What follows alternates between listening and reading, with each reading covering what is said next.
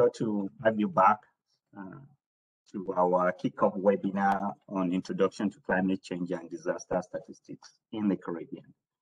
We had a very an interesting day yesterday, which I think was very productive. And we have a packed day ahead of us today. So we'll try and optimize on the time that we have to see how far we can go. Yesterday provided an opportunity for us to do stock taking on the status in terms of regional and national situation with the demand and supply of climate change and disaster statistics.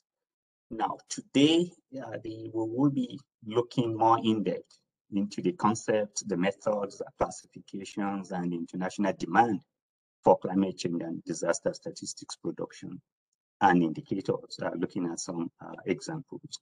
And we have very distinguished line. We have lined up distinguished speakers, which are cross board from the member state and from the international community. So, but before we get to today's program, I think Pauline set a very good example yesterday with time management. So I will follow her precedence in being very strict with time. So since you did very well yesterday, I'm going to expect that you will extend the same courtesy today to stick to time. So we will try and be very timely. And also, I think yesterday we had a very good participation from across the board. So I encourage you to be as active as we were yesterday. And just to jumpstart today, let me do a very quick overview of what we did yesterday. Like I mentioned, yesterday was more or less for us to do stock taking with respect to the situation of the demand and supply of environment, climate change, and disaster statistics. And Karina did a very good, managed very well the introductory section, which the Slido software platform was really quite interesting. And I think we should use more of that going forward as we do more online collaboration with respect to the statistical capacity building activities that we'll be doing. We got very good overview of what the project is about and what our intended objective and what we hope to accomplish through this project from Pauline. And Ryan did a more comprehensive overview of the regional situation of climate change and disaster statistics, more broadly in Latin America and the Caribbean. And we also got a more specific detail about what's been done in the Caribbean from CARICOM. And Ms. Wiggins did an excellent presentation to familiarize us. And also, I think most of those colleagues from the NS are already aware of what is being done with respect to climate change and disaster statistics production in CARICOM countries. So that was very helpful. We got very specific presentation from Angola, and Lori Ray did a very good presentation to let us understand the challenges. And I think the question and answer session that followed really brought to bear, I think so. I mean, most of these things we already know. The specific, the challenges that small island developing countries face, small island developing states, with respect to the capacity constraint that you have small staff in terms of the staff complement, and one person will be carrying many hats. And so the smallest does not necessarily reduce the burden. If at all, it actually adds to the challenges of making sure that you have accurate production and dissemination of statistics. The breakout session was very informative, and I think maybe because it's the first day, we think initially in the breakout session that I was on, people were a little reluctant, but I think as the time went on, we got more participation from colleagues. So having done that on day one, we are now into the second day where we will be digging deeper into the concept, the methodology, and the classification, as well as the demand at the international level for climate change and disaster statistics, production, and indicators. So without much ado, I would like to go straight into session 3, which is on introduction to concepts and methods for climate change and disaster statistics production. So these for this session, we have 3 speakers lined up. And they will be in succession. So the first speaker will be Ms. Kika Klimza, who will speak for 15 minutes on data, statistics, and indicators, concept and production of environment, climate change, and disaster statistics. She will be followed by Mr. Alberto Malmezca. I hope I got Alberto's last name correct. And that will be, he will present for 10 minutes on relevant statistical classification. And so the session will end up with a presentation from Mrs. Jogajin Martin, who will speak for 10 minutes on types of data sources. So I will call them in succession, and then we will now, after the presentation of the 3 of them, we will have a very short question and answer session. So having taken much of your time to do that overview, I will call on Kika to make a presentation for 15 minutes. So Kika, you have the platform. Over to you. Thank you very much. I will share my presentation. Let's hope it works. It did when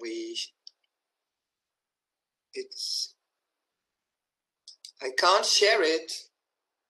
Something is wrong. Let me see. Can we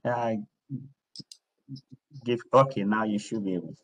No, there we are. Now you're sharing, yeah. Yes. Yeah, I'm sharing it. Great, thank you. You are most welcome. Yeah, okay, so can you see the presentation? Yes, we're seeing very clearly. Okay, great. So thank you very much, Hali, for your introduction. And really, I'm really happy to be part of this team working with Caribbean countries. As you know, my name is Christina Klimsha, but everybody calls me Kika, and I would be pleased if you call me like that. And I'm really looking forward to work with all of you. I worked for many, many years in the National Statistical Institute of Argentina in the agriculture and environmental area. I was the technical coordinator for that area for many years. So I have quite an experience dealing with data, with preparing census, surveys, and indicators. And since I'm retired, I'm working as a consultant in the environmental statistics area for climate change and disasters in ECLAC, and working in many countries of Latin America. But this is really my first opportunity in working with Caribbean countries, except one consultancy I made a couple of years ago in Bahamas. But I've never worked in the rest of the countries, and I'm really looking forward to it. Okay, so I will give you an overview of something that sometimes we think they are synonymous when we talk about data, information, statistics, and indicators, but we know they are not. So these are just basic concepts in the process of production of environmental, climate change, and statistics disasters. That maybe it's something that it's not new for the colleagues of the National Statistics Institute, but maybe it's something we would like to share with our colleagues of other institutions and ministers that we know we need to work together with them to define and to measure and to disseminate statistic information regarding the environment. So my first references would be to the statistical measurements of the environment. We know that it's not easy, it's rather new. We have a lot of experience in other domains of statistics, but we know that sometimes measure the environment is not as easy as it looks. So the first starting questions are, what do we want to measure? So that's it's a really important, a central question, because we might want to measure situations and changes, the status and environmental trends, climate change and occurrence and impact on disasters. We may want to change temporary change in some variables, for example, from time 0 to time 1, what happened during that period, or changes in spatial distribution.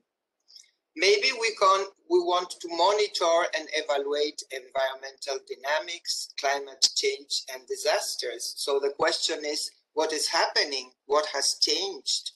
Are we measuring occurrence, impacts, mitigation, adaptations? But sometimes we also want to measure process, programs, incentives, regulations, enforcement actions. In that case, we are looking to measure either results or impacts, but we need to define what proportion is attributed to the intervention. For example, when we are talking about the risk and disaster management cycle, we need to define whether we are willing to measure disaster occurrence, or we are willing to measure, for example, response or disaster reduction or preparation. So these are the questions, our starting questions when we are dealing with measuring the environment. What do we need? What do we need to, let's say, to measure? Sorry, I think I made a mistake. Yes, to measure official statistics or indicators. First of all, when we are talking about indicators, we need to define the demand. Why are we building these indicators? What's the purpose?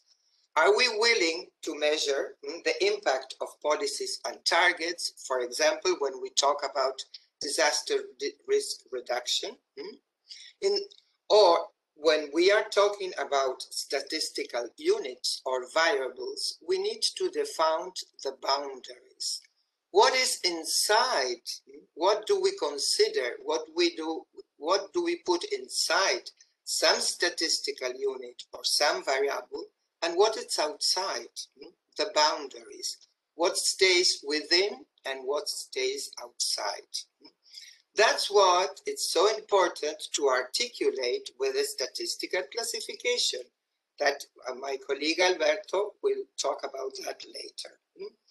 Once we've defined the variables and the statistical units, and we articulate with a statistical classification, we need to identify, we need to select the data sources.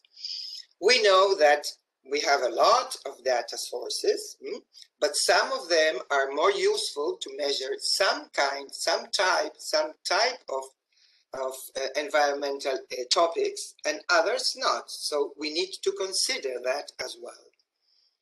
Of course, the next steps after the data collection, we need to calculate our measurements, and we need to explicit the methodology. That's absolutely necessary. That's why we need to develop the metadata and the methodological sheets.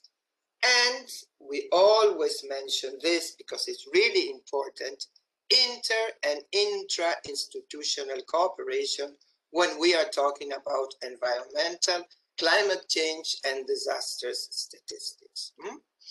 So the production of spatial, temporal, comparable statistical series and indicators requires technical capacities. We are absolutely aware of that.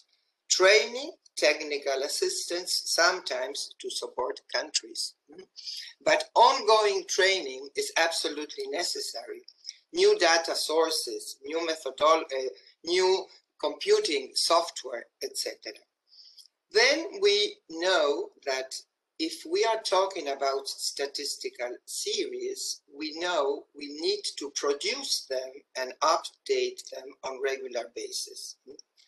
If we only gather and we only collect data once and that's it, we cannot talk about a series, of course. Then disseminate. Statistical information has to be disseminated.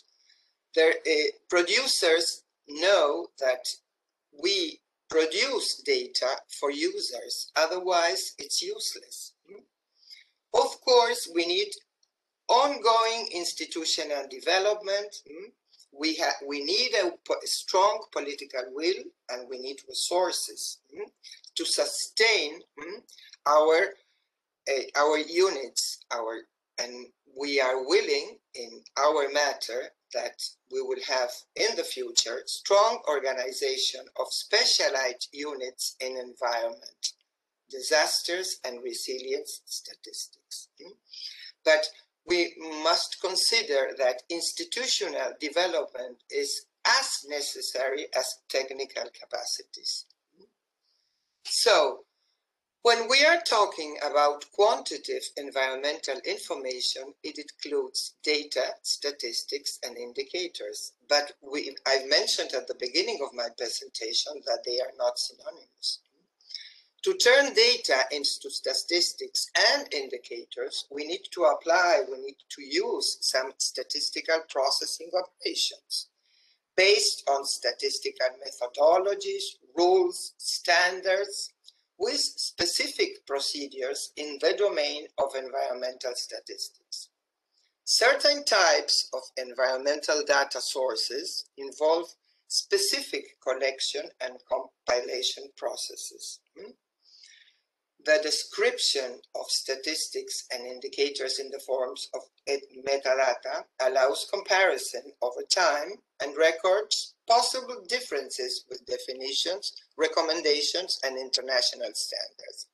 Sometimes we need to use some kind of proxies, or we cannot stick exactly to the international recommendation. So these are the topics, these are the items that need to be expressed, reported in the metadata. And of course, the use of relevant statistical classification in the domain of environmental statistics guarantees temporal and spatial comparability. So what do we include when we talk about the environment statistics systems? We talk about a virtuous circle of production of environmental data, statistics, indicators, and account.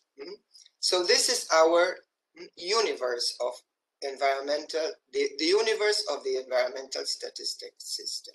We are not only talking about data, we are talking about statistics, we are talking about indicators and environmental accounts. We know all of them have their specificities. All of them need special type of methodologies, but we must consider them as an environmental statistical system as a whole. So, I've mentioned there are some differences between the statistics, environment indicators, and environment accounts. The production of each of these of this type of information is different.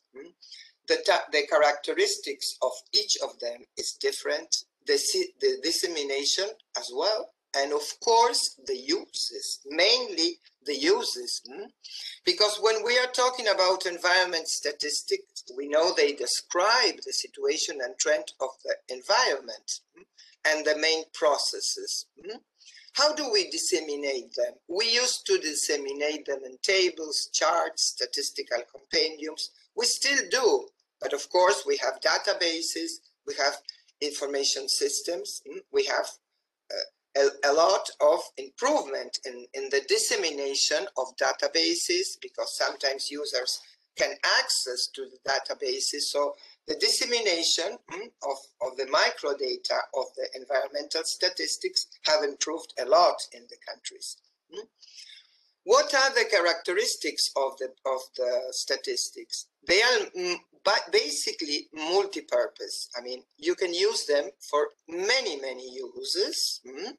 The experts by experts and analysts. You can build environmental declarations. You can report on multilateral environment policies and agreements. And they, of course, you need them for building sustainable development goals indicators and to compile environmental accounts, of course.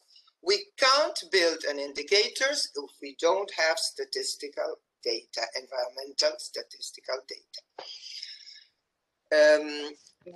Yes, now, when we are building environment indicators, we already mentioned there is a demand for them. They describe and show the situation of certain. That's 1 minute. Okay. Thank you. You're welcome. Thank you. The environment indicators are not multi-purpose.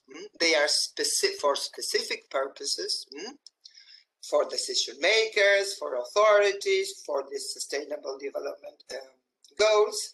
And environmental accounts are just like a next step in the compiling our environment statistics, because they integrate environment statistical information with economic statistical information in the same scheme and language.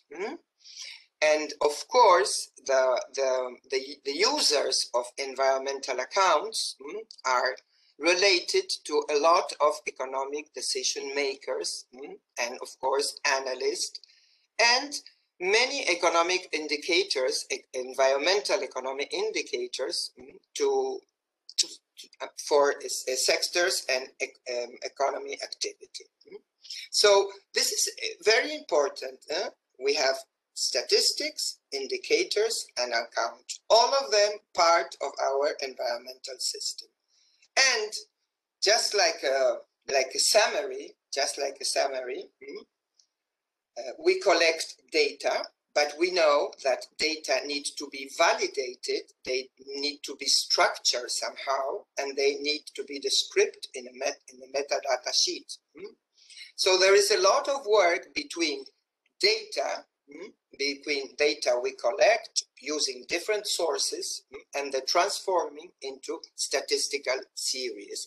We need to validate, we need to compare, we need to apply quality controls, we need to structure, and we need, of course, to build our metadata, But once we've got our statistical series in whatever compendia, yearbooks, and databases, we can select some of these statistics and use them to build environmental indicators. But as we mentioned, the environmental indicators are demand-driven. There is a demand for the environmental indicators. So just as to close my presentation, just recall that we are talking about our environmental statistical system, including statistics, indicators, and economic accounts. Thank you very much for your notation, and I will be happy to answer if there are any questions. Thank you. Thank you very much, Kika, for that very informative presentation. I think it provides a very clear description of the necessary concept, distinguishing between statistics, data, indicators. So, and we will take questions after all the presentations have been made for this session. So, with that said, we will move to the second presentation on relevant statistical classification, which will be done by my colleague, Alberto Malmeca. Albert. Thank you. Thank you very much, Abdullahi. I will ask Sami to put my presentation in the platform. I need some help. In the meantime, as you know, my name is Alberto Malmierca. I'm from Cuba. I'm an economist by profession, and obviously I work in the environment statistics, climate change, and disaster area, directed by RAIEN in the statistical division at ECLAC. I have worked for 6 years with RAIEN in statistics and environmental indicators, and also building technical capacities in the countries of our region. So start with the presentations. In this brief presentation, my objective is to show you the importance of statistical classifications. Unfortunately, we don't have a classification of climate change, neither of disasters. That is our main topic for this webinar. But I will show you some example of environment classification and an example of typology of disaster. Okay, yes. For explain why it is important to have an international classification, I brought 2 questions. The first one, what is a statistical classification? Is a set of discrete, exhaustive, and mutually exclusive categories which can be assigned to one or more variables used in the collection and presentation of data, and which describe the characteristics of particular population universe.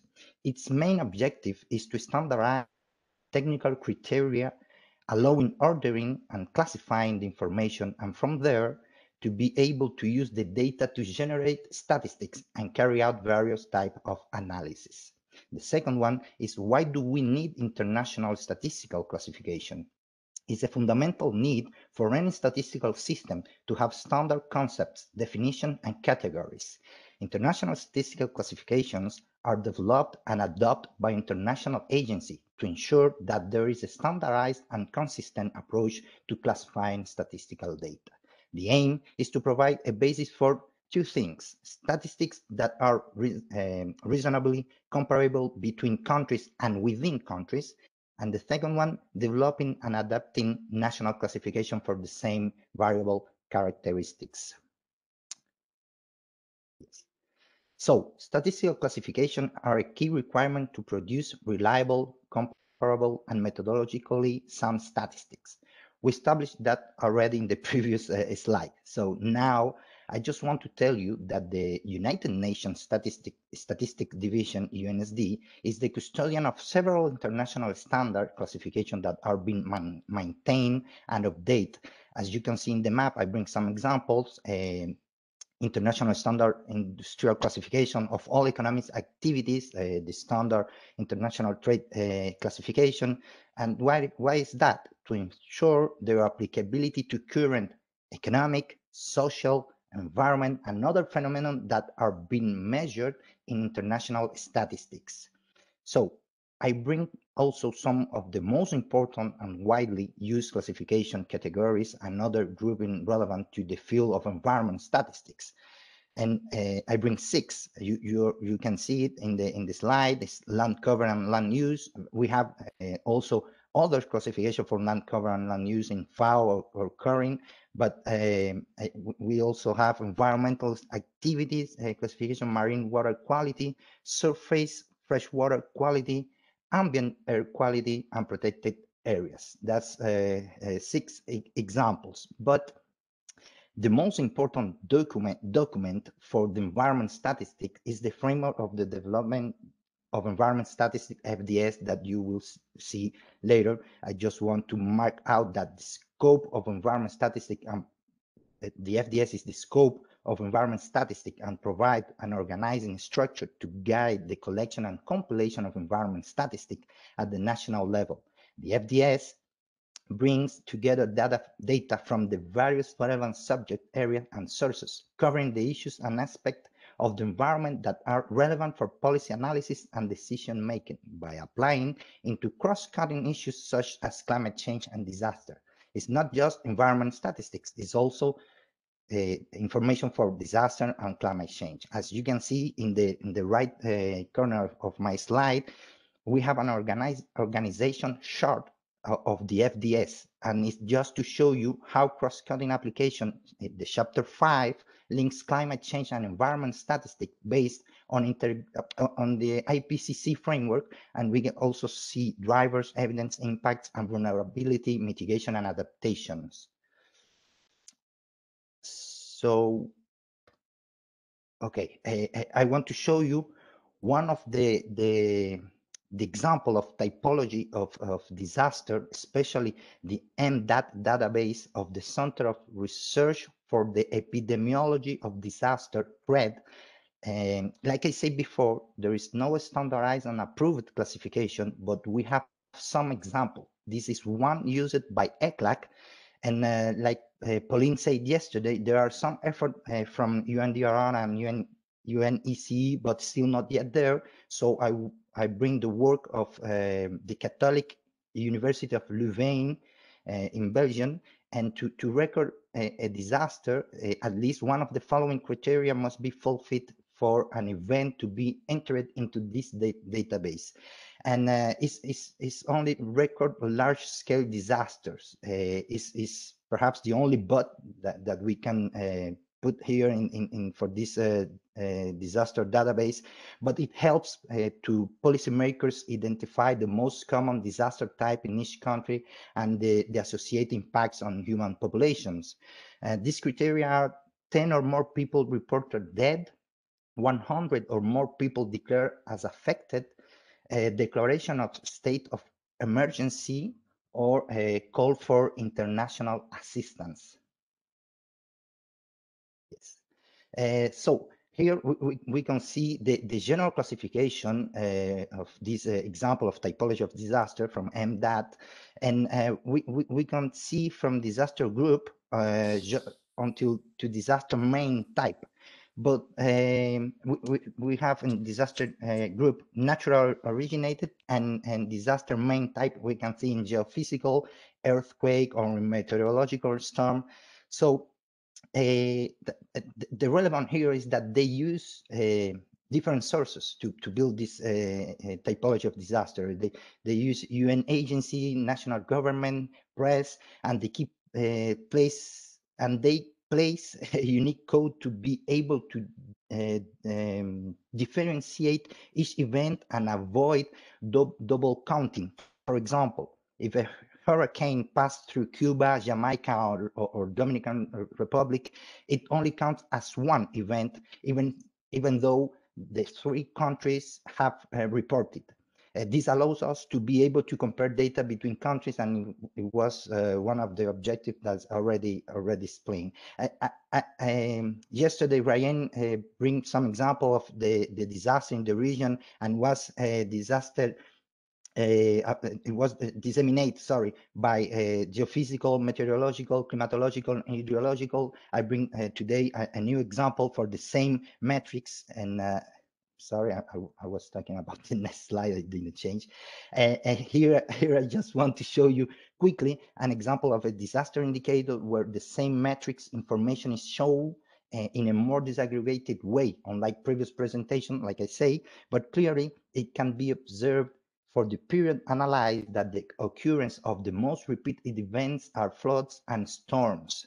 So it's very, very difficult to build this indicator, because you will see next in the next presentation about the data sources. But for build this, you need some different sources, like the slide shows, is administrative records, remote sensing, and monitoring system to measure the occurrence of disaster. So it's really difficult, and we have a lot to work to do.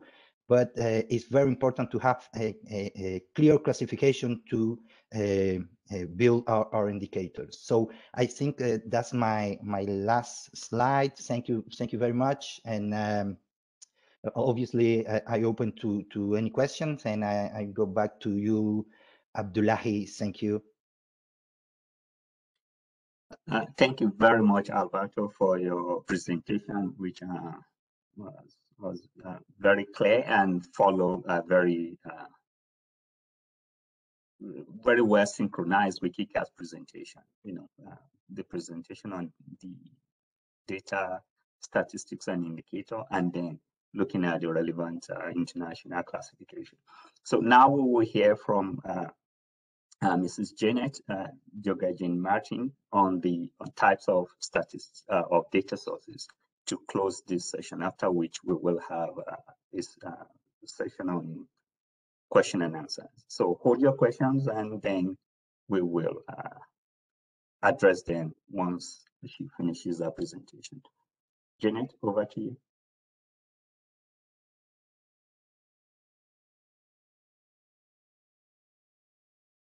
I'm sorry, I hadn't unmuted. Yes, we can hear you. Yeah. And the slides are up. Yes. Yes, my name is Janet Gagan Martin, and you can forget about the Gagan part and just call me Janet Martin. I'm retired from working at the Statistical Institute of Jamaica, working in environment and other statistics, and I'm here to help ECLAC with this project. So my presentation is about types and sources of statistics. If we could, next slide, please. And the sources of environment statistics come from a wide variety of institutions that use various methods for collection and compiling data. And it is important to understand the advantages and disadvantages of using different types of data collection in the production of environment statistics. Some sources, such as censuses, surveys, and administrative records, are common in other statistical domains, but there are more specific ones for environment statistics, such as monitoring, remote sensing, and estimation models. Next slide, please. So the types of sources of environment statistics are censuses and surveys, administrative records, remote sensing and thematic mapping, monitoring systems, scientific research, and estimation and modeling. And I'll go into more detail on the next slide, please. So for censuses and surveys, censuses collect data from the entire population that are under the study, and surveys are a sample of the population defined in the basis of specific sampling methods. The environment statistics can be collected from surveys by adding questions to surveys or censuses, by conducting surveys that have their primary objective to collect environmental data and statistics. And data collected through environmental surveys are usually not always feasible due to budget constraints. It might be very expensive, and often this data can be obtained from other sources. For example, if there are demographic, social, and economic surveys. Now, population data is useful for calculating environmental related statistics. For example, if we want to look at population in vulnerable areas, drinking water availability, or sanitation. Next slide, please. Administrative records are usually collected by government agencies, and this data can be transformed to produce environment statistics. So government administrative data is usually produced for administrative, legal, and internal purposes. For example, environmental education, environmental management, health, household activities, and environmental related establishments. One of the advantages is that the cost of collecting the data is lower than conducting specialized surveys or censuses.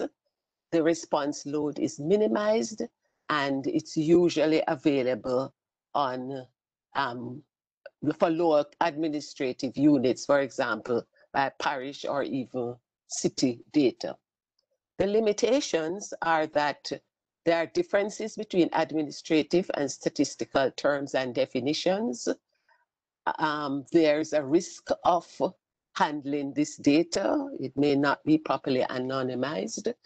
The data may not be verified or validated for statistical purposes, and there may be restrictions on the access to this data. While the data coverage may be complete, it may not match statistical requirements. Next, please. So the other type of data source is by remote sensing and thematic mapping. This is usually most useful in hazardous or inaccessible locations. This data is typically collected from aircraft, satellites, and drones. It's useful for collecting data on the impact of disasters, the changes in soil erosion, land cover, and land use, looking at changing animal species, and also looking at pollution. And this data processing can be presented in images, maps, and classifications. Next slide, please. So monitoring systems usually consists of on-the-spot or remote monitoring stations used to capture quantitative and qualitative elements such as water, air, or soil quality and contamination, as well as meteorological, hydrological, and atmospheric parameters. The main advantages of this data is that it's generally collected using verifiable scientific methods. They're usually validated because of the calibrated instruments used. The data is generally available in a long series and relevant geographic coverage, and models are also frequently used to improve the quality of the data.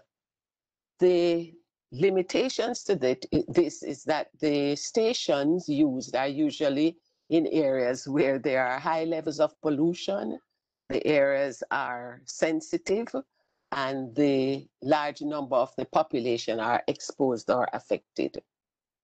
So the measurements and data will be site-specific and difficult to apply to larger areas, but they are useful for monitoring air and water quality, temperature, precipitations, and sometimes modeling, as I said before, can be used. Next slide, please. So scientific research and special projects, this data is usually available at no or low cost. The response burden is minimized, and the data can be used to fill data gap in other data series, and they are useful for determining coefficients for modeling. The limitations could be that the data is based on terms and definitions other than those used in statistics. The access to the microdata may be limited, and as well as the metadata, there may be a lack of proper metadata. And the data coverage is local or case specific, so it's not available for wide areas. and it's produced on a time limit, so there's no continuity to the data series. And that, next slide. And I think that's all. Yes, thank you very much for listening, and I'm available for questions. Over to you, Abdullah. Thank you so much, Jeanette. And now I know, excuse me, the correct pronunciation of your last name. You know, for someone who has names that people have difficulties pronouncing, so I try to get people's name very well. I thought I got it right. It's Georgie Martin. That's okay. Thank you. Okay. Now we are open for the question and answer session. So you could either, I think we were able to, no, you can't raise your hand, but you could indicate either through chat or just turn on your video and then speak and direct your question, or if you have comments to whoever, any of the presenters that you would like to address it. Who would like to take the first shot?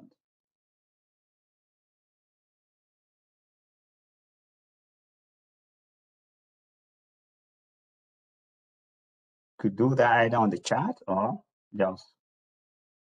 I think they can raise their hands too.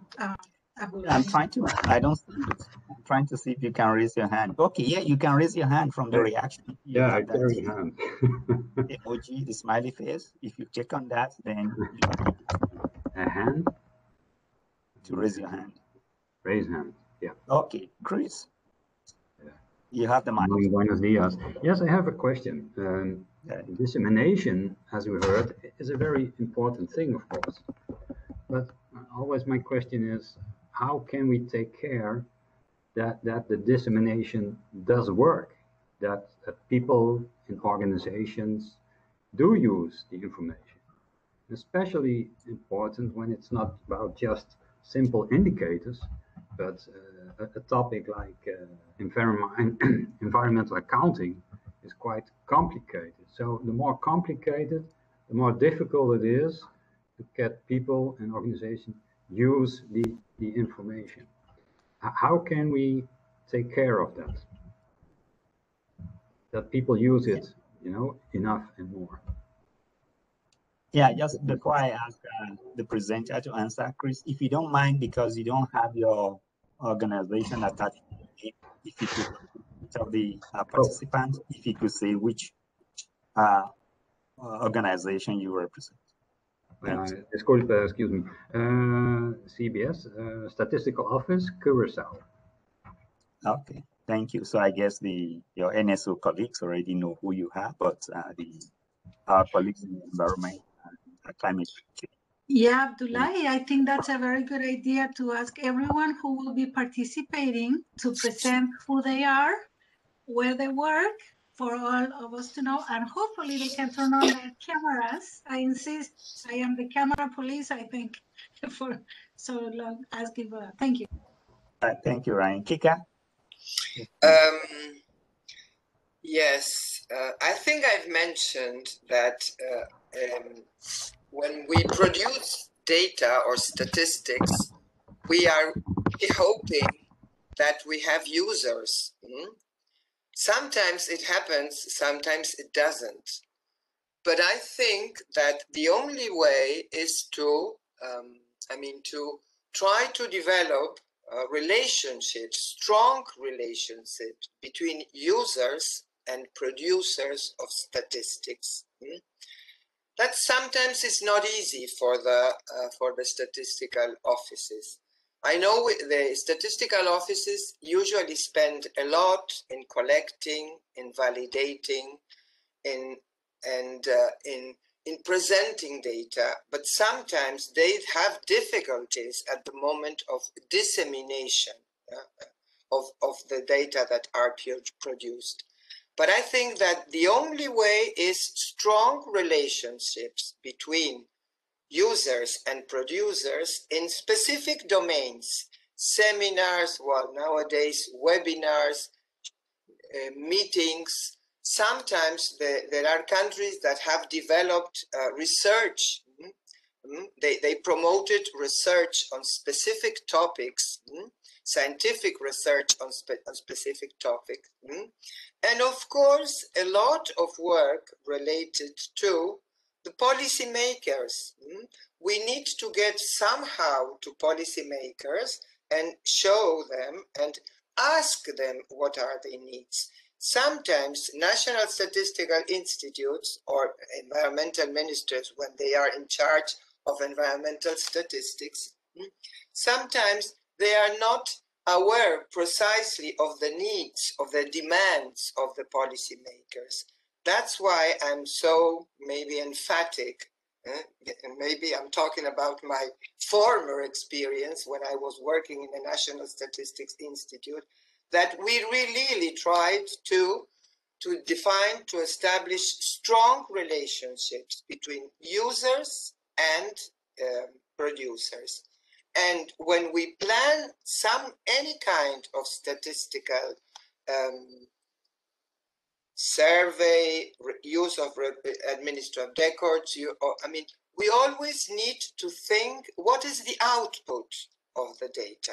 What is the output of the data? What are the new needs in the society, in the economy? So I think that's the only way. That's the only way. We need to be open to the demand and the users, and of course the scientific the scientific surveys and all what's going on in the use of different type of dissemination processes, the use of software, cartography.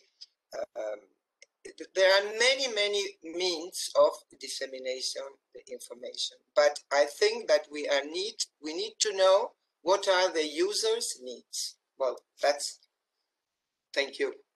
Yeah, thank you very much, Kika. And we already have quite a number of people who would like to ask a question. So we will try and move quickly because we're really now running over time. Mrs.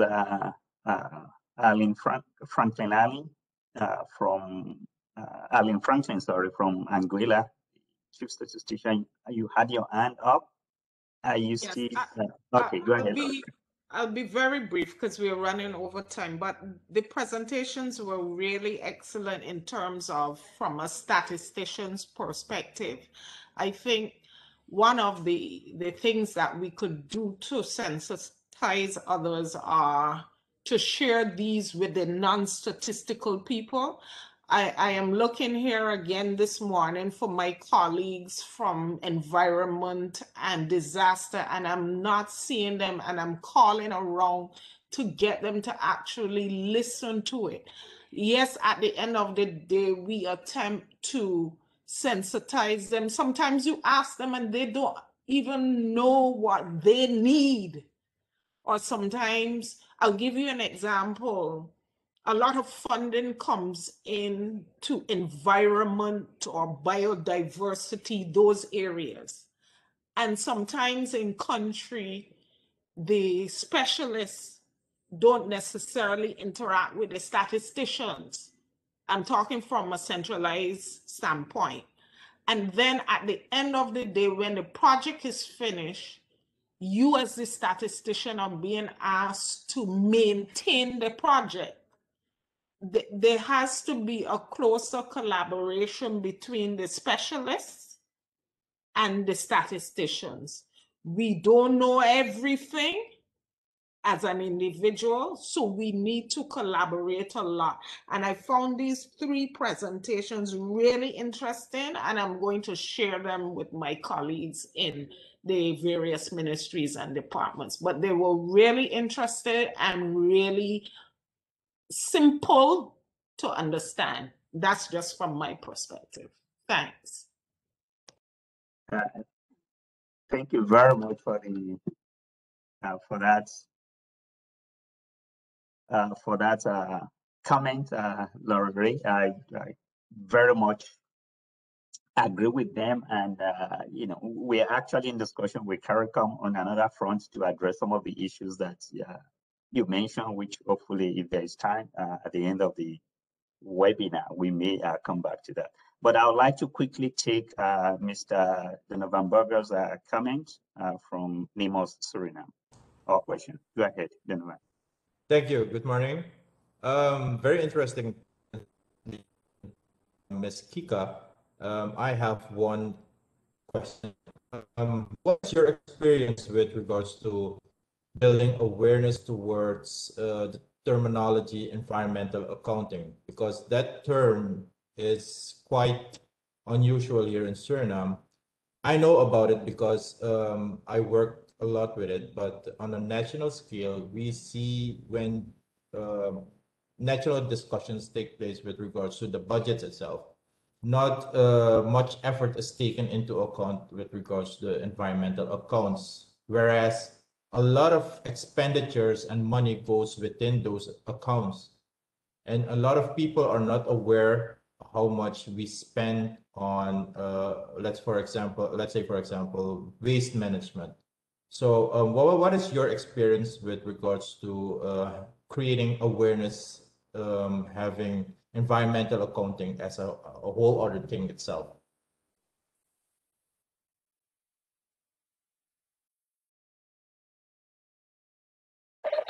Well, as I mentioned,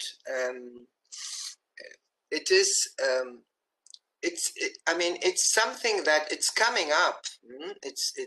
There are very few countries still working in developing environmental accounts, because there is a need of a lot of basic data, because we are, sometimes some people think that it's very easy to build an environmental account, but the amount of data, of basic data that are needed, it's a lot. So we need to strengthen the production of basic environmental data, and once we do have a lot of those basic data, we may start thinking in the developing of environmental accounts. I'm not a specialist in it. I come from the producing and using and building indicators and statistical environmental data. But maybe we can ask if Rajen has something else to add to my opinion. Thank you. Yeah, quickly before Ryan comes up to add to that, let me read what we have on the chat. There's a comment from a question from Tyrone Gopal from Trinidad and Tobago CSO. If you are going to produce environment stats for the first time, bearing in mind local resource constraints, can it be said that you produce statistics that is needed for local purposes versus international original demand for environmental statistics? So if you could address that as well, Ryan, over to you. And yeah. Ryan's comment will wrap up the Q&A so that we will not be okay, Ryan.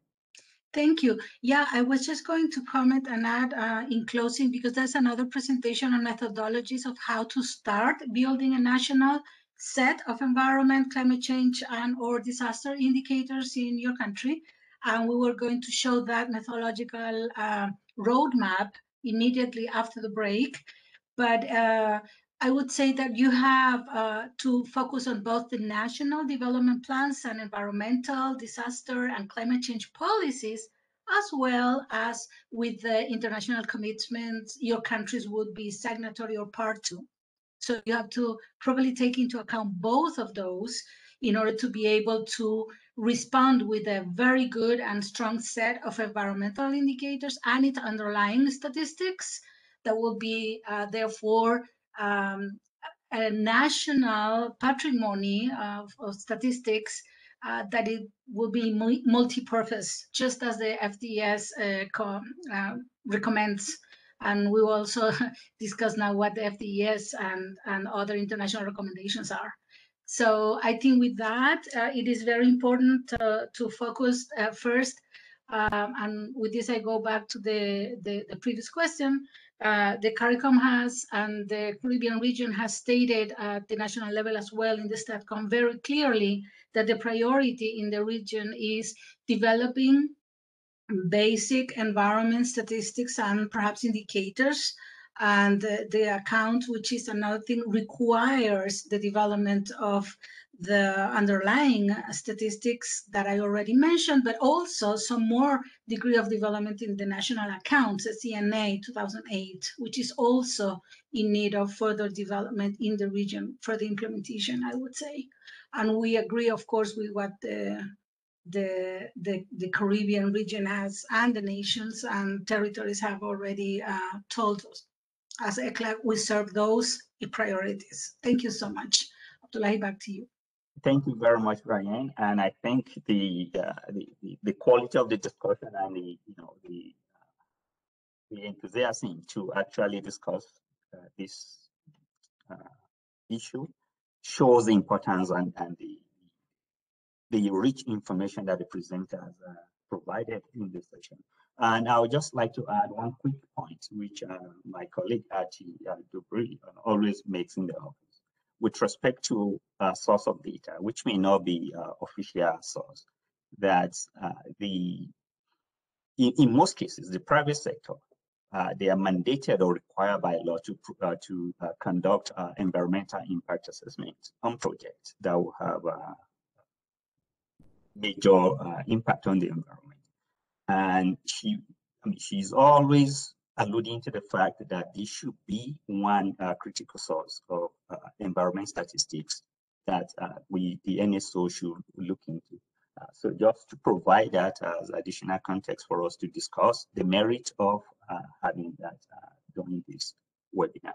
So that being said, we are running over time, but it's important that we have a short coffee break in order to keep focused. So we will have a short coffee break and or tea break or bathroom break, and return in about 5 minutes.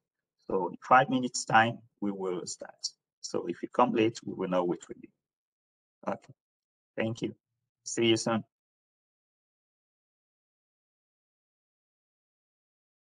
Bye very quickly. Indeed. Absolutely.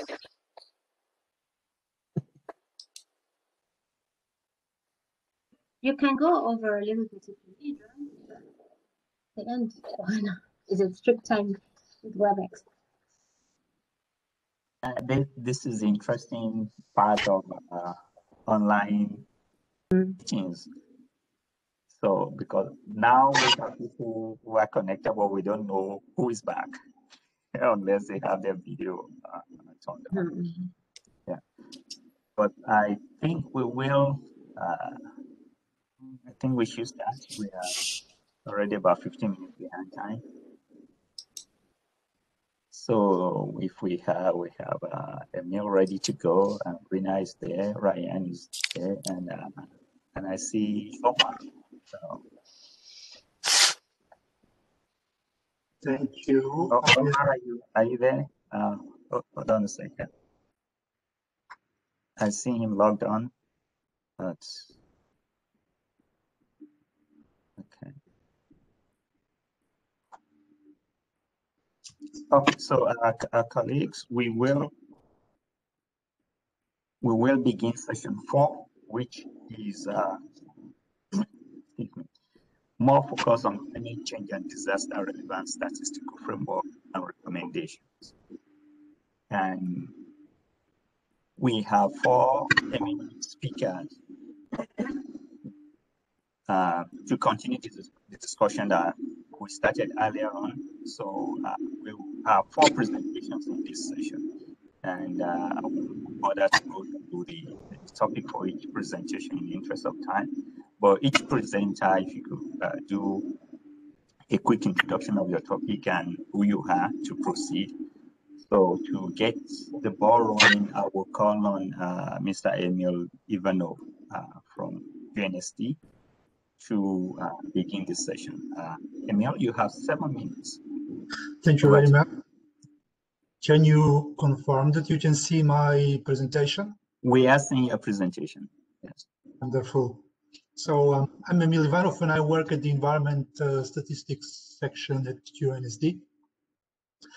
As we have seen, many of you are already familiar with the FDS, so this is going to be a short presentation of the framework and several of the key implementation support tools, and I will provide some concluding remarks. So the framework for development environment statistics was endorsed in 2013 by the UN Statistical Commission to guide all countries to produce official environment statistics, but in particularly useful for those who have less developed statistical systems or just starting the related processes. The key objectives are, of course, to strengthen national capacities in view of enhancing international comparability. Many of those things relate to what we saw just earlier in the morning, to streamlined classifications and other statistical structures. And that's, of course, needed for national policies on environment management. The FDS can be accessed on our website in 4 of the UN official languages: English, Arabic, Spanish, and Russian. 2 are still missing. It contains 458 statistics in their basic form, as was also extensively discussed earlier and so much appreciated. Those are structured into 6 components. I'll briefly mention each of them. Component 1 looks at environment conditions. Those are mostly natural things like temperature and precipitation, solar radiation, ecosystem, species, water and air quality. Component 2 looks at everything we take from the environment, environmental resources. We take water, minerals, energy, timber, fish, aquaculture, agriculture. Component 3 is what we return to the environment, residuals, air emissions, waste, wastewater. Component 4, much discussed here on disasters, natural disasters, mainly climate related, but also man-made technological disasters. Component 5 looks at human settlements, rural and urban, and environmental health. This is specifically looking at diseases from air, waterborne, vector-borne. Component 6 is on environmental policies, management, governance, and includes things like expenditures for environmental protection, and also participation in multilateral environment agreements, awareness of society towards environmental issues, etc. It's important to emphasize that the FDS is the most comprehensive framework on environment statistics, including, we can say, 3 subsystems. There are things that are purely environmental or natural, like the amount of solar radiation. Things that are increasingly impacted, like temperature, global warming, precipitation in some cases. Biodiversity is now arguably affected everywhere, species, etc.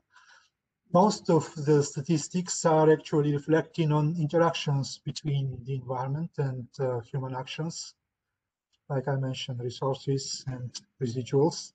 But there are also things which are completely within the human system, like urban areas, related infrastructures, but also in component 6, all the statistics on governance, for example. As emphasized by Alberto, Chapter 5 presents several cross-cutting themes. Climate change is the one that we will be discussing next, but also a few others are included, like agriculture and energy. Many countries are publishing compendia and related outputs consistent with the FDS. We see a few listed here from the CARICOM region. And we just learned yesterday that Anguilla will be the next one to release a compendium on environment statistics. We are very keen to add those new names here. A few more details about the 6 components. I won't read them, but you're very welcome to consult them when you have time. I'll just stress that on our website, there is a growing knowledge base. Many things related to methodology and capacity development can be consulted, also on climate change. The basic set of environment statistics is the key ingredient of the FDS. It structures all those 458 statistics, as I mentioned, within components and topics. They are listed shortly and accompanied by key metadata, such as category of measurement, aggregations, and the available international guidance. Those are useful to generate your own national sets, as emphasized also by Kika, so much appreciated. This is what you need to start compiling more specific environmental indicators, and also for environmental economic accounts according to SIA. Ultimately, that's also very helpful for reporting to various multilateral environmental agreements, Sendai and climate we will talk about more, and also for reporting to the SDGs. The basic set is translated into all the UN official languages, structured into 3 tiers. Tier 1 contains 100 statistics applicable to most countries with sound methodologies. Tier 2 is also quite relevant to all countries, but may require some further methodological work. And Tier 3 requires, in most cases, further work on both definitions and calculation methods. Since both the FDS and the basic set contain only those short key information, we've been developing a manual. The manual is organized by key topics. 14 chapters have been published on such, and I would say those cover the most important ones. It includes more detailed overview of definitions, classifications, data collection methods, just suggestions how to disseminate those statistics. Forthcoming manual chapters are on wastewater, environmental health, and disasters. Another important tool is the Environment Statistics Self-Assessment Tool, the ESAT. This is, as the name implies, what will help you to convey an assessment of your capacity to start working on environment statistics. It's structured in 3 parts, starting with an introduction with key concepts and some guidance. Part 1 addresses all the institutional dimensions which need to be considered. As we have seen from the group discussions yesterday, CARICOM countries have quite unique setting, perhaps less complex institutions, which are linked to more complex functions within an institution, since often apparently one person has to cover so many things. Part 2 addresses the very statistics, assessing their relevance, data availability, and needed data and gaps. Again, many countries are using the ESAT, few names from the region. One more should be added, Grenada, as we have seen some progress taking place there. This is how part 2 looks like. It's like a template. It allows you. Sorry, Emil, I should have warned you. Once you hear that alarm signal, that means you have 1 minute left. So you have less than 1 minute left. I am almost done, thank you. Okay, good. This allows to assess, as I mentioned, relevance, also map where the data would be coming from, your national counterparts, key metadata about priority, temporal dimensions, but most important, assessing what are the gaps in case that those statistics are needed. Another important tool is an SDG matrix, which links all the environment-related SDG indicators with the basic statistics coming from the FDS. The example illustrates that often you need a lot of basic statistics to compile a single indicator. Similar exercises have been done for ocean accounts, something that has been led by ESCAP and its partners. The key concluding remarks is that the FDS has been used a lot for developing standalone national environment statistics and also for supporting international reporting requirements, the SDGs. Countries have their own frameworks, often following the FDS. it's recommendable to continue disseminating and publishing things as several CARICOM countries have done, according to the RDS, to emphasize that component 4 on disasters is particularly challenging. For example, there's currently a new classification being developed, which kind of prevented us to complete the manual on this topic. Cross-cutting themes such as climate change are also continuously evolving, and therefore the next subject, next presentation will be on it. Thank you very much. Thank you very much, Emil. I know 7 minutes is absolutely too short to do a thorough presentation on the FDES, but hopefully we will have time, a little bit more time during the Q&A session. So now I will call on Ms.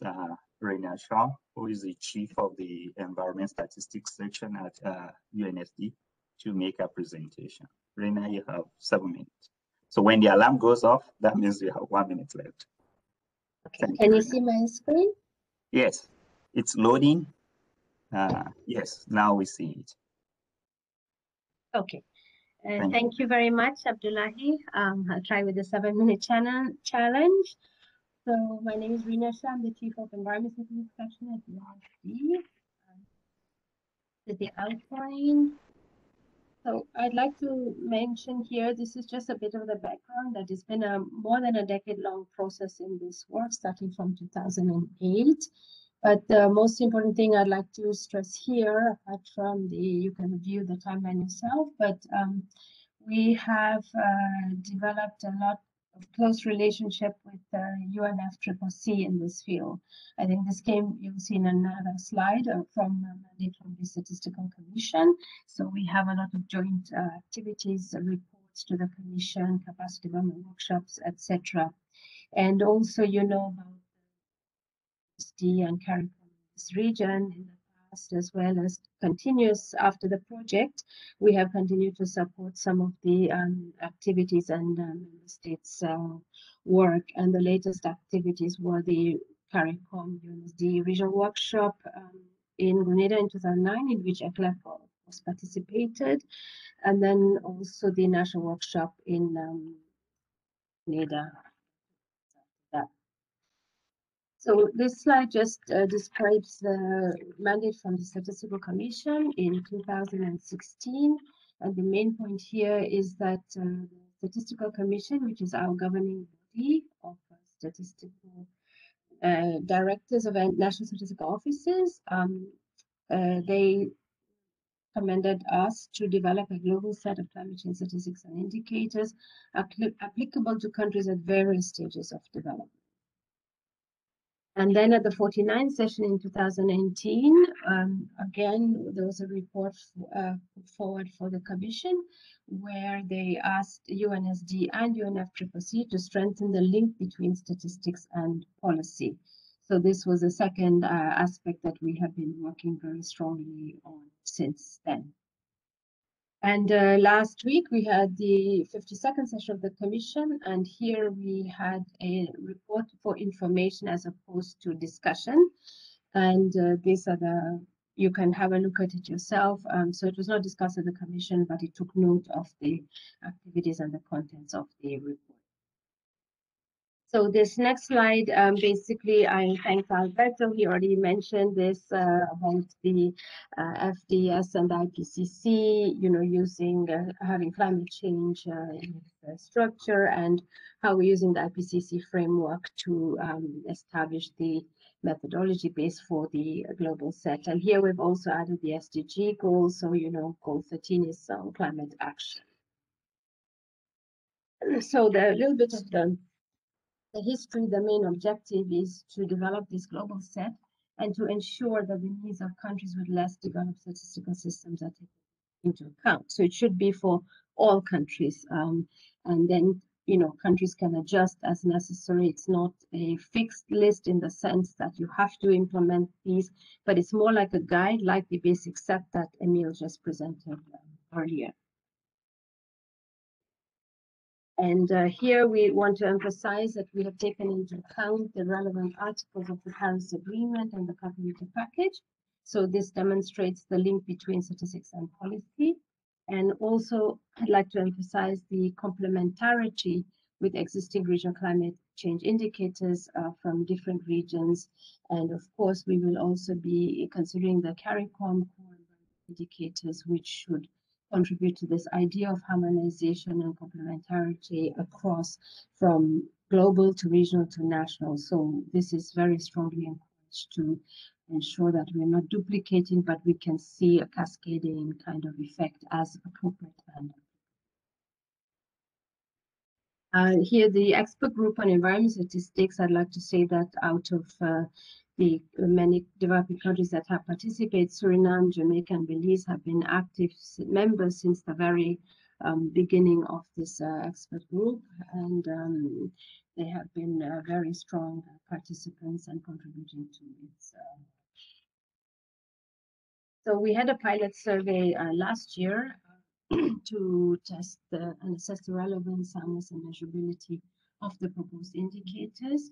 And during this pilot survey, again, several countries in this region participated, including Suriname, Grenada, and St. Lucia. So we're very pleased with that as well. So that, again, you know that this region has been very much participating in this process.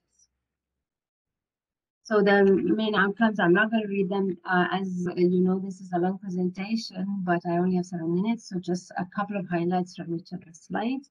So here I'd like to stress that there was a need to clarify the difference between indicators and statistics. So we presented a new structure. We show the climate change indicators and the underlying basic statistics. I'd like to mention one here, which Emil, the SDGs and the FDS, we have a matrix, and there we try to show for the environmental SDGs the various underlying statistics needed to compile them, because sometimes an indicator can disguise, as Kika was also talking about in the presentation, that you need basic statistics to feed into. The other point here I'd like to mention is about data availability. During the pilot survey is mentioned as a concern, especially in the area of adaptation, vulnerability, and impacts. I know these 3 areas, and we have been working closely with some consultants, and one of them was Janet, who is now working with ECLAC, and she reached out to St. Lucia, Suriname, Jamaica, Grenada for much more detailed information. If there's time later, I can give some examples. This is the conclusions of last year's expert group meeting. I'm not going to again talk about the details, but just one the main point here is the structure, the new structure of the base of the global set was very much appreciated, where we are promoting transparency and comprehensiveness so that you can see exactly what statistics you need. And we had also good work in the last expert group meeting, in which ECLAC and many of the countries here participated. So this is the structure of the indicators and statistics. It's small to see, but I know the group work will be having a look at this, so I think that will give a better chance to understand it if you're familiar with it right now. And this is just to show that you can search, you know, what are the actual data sources. I know Janet spoke a lot about this in her presentation, so you can see that a lot of data actually come from censuses and surveys. Continuing here, and this is an example of metadata. Again, not to go into detail, but for each of the indicators, we will have underlying statistics and metadata as and now just to show you some of the dissemination examples. As you know, probably Jamaica was the first national statistical office in the world that we are aware of that produced a climate change report in 2016. In Tanzania, produced one last year, and we are hoping to Anjali that we will have Suriname as the 3rd national statistical office in the world to produce such. No pressure, Anjali, but just hoping. And of course, the regional at the regional level, we are so proud to see also that the Caribbean community produced the first climate change statistics. And I say this from a global perspective. There's no other country or region doing this, so I can really encourage the Caribbean region to continue this excellent. Some of the planned actions. Again, I think here I'll just pick on the next slide because that shows say the main ones. We are going to be conducting a global consultation on this draft set of indicators probably in April, sending out to all countries, national statistical offices and ministries of environment, as well as to relevant agencies. We will then analyze the results in the next month and then submit to the 53rd session of the Statistical Commission that will take place next year for adoption. And we are hoping to set up some further work with ECLAC and CARICOM in the region to try to work with individual countries or groups of countries to support the activities during the global consultation, or if any countries need additional support. And my last slide, I think I'm in time, Abdullahi, right? Or do I have extra time? Sorry, you're muted. Sorry, I say you're already on extra time. Oh, sorry, you should have told me. Okay, this is the last slide, and I'm sorry. Yes, so finally, just to give some recommendations, we urge countries to participate in the global consultation and engage all stakeholders involved in climate change data reporting policy. And as I said, we will provide back-end support. And then if you don't already have an interagency working group, we really encourage you to establish one. I know Suriname has a very active one, and I know Grenada, after the national workshop we had together in 2009, has established one. And then we would like to promote complementarity among the global, national, and regional sets of indicators of climate change, as I mentioned before. And I think with the tiering system of the global set, this should be possible to do and applied based on regions as well as countries' priorities and data availability. And finally, to encourage countries to seek support for capacity development through different funding opportunities, such as the Green Climate Fund, United Nations bodies, there's the GIZ. I know Tanzania got money from German supporters, and Suriname has been able to obtain funding from UNDP. So there is money out there. It's a question of finding the ways to tap these resources. So thank you. And Thank you very much, Reina, and sorry to rush all these presentations. We have so much to cover, but this is just going to be an introduction. The title of the webinar, so there will be plenty of opportunity to come back and really address all these issues very comprehensively. Well, thanks for that update on the processes and the advances made with the global set. So I will now call on Ryan.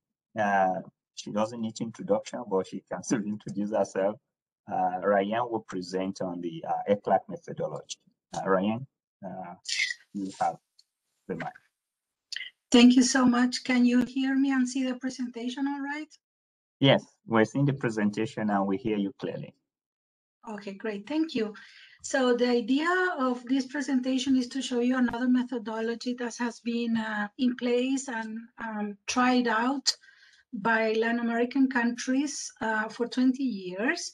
And this methodology is how to produce sets of environment and also climate change and disaster or any type of related cross-cutting indicators in a manner that is useful, sustainable, and it gets ownership at the national level instead of doing it by only one consultant or one institution by itself. So in general, when we do the training courses face-to-face, we spend about 4 hours talking about the methodology, and then we put it into practice by actually filling out methodological sheets and constructing indicators along with the trainers that are going around the table. So in this case, we're only going to synthesize very shortly what this methodology is about, and you can always download the manual, manual 61 from ECLAC. There's the link if you wish to download it. It's a fairly old methodology. It's in English. 10 years ago, we translated it.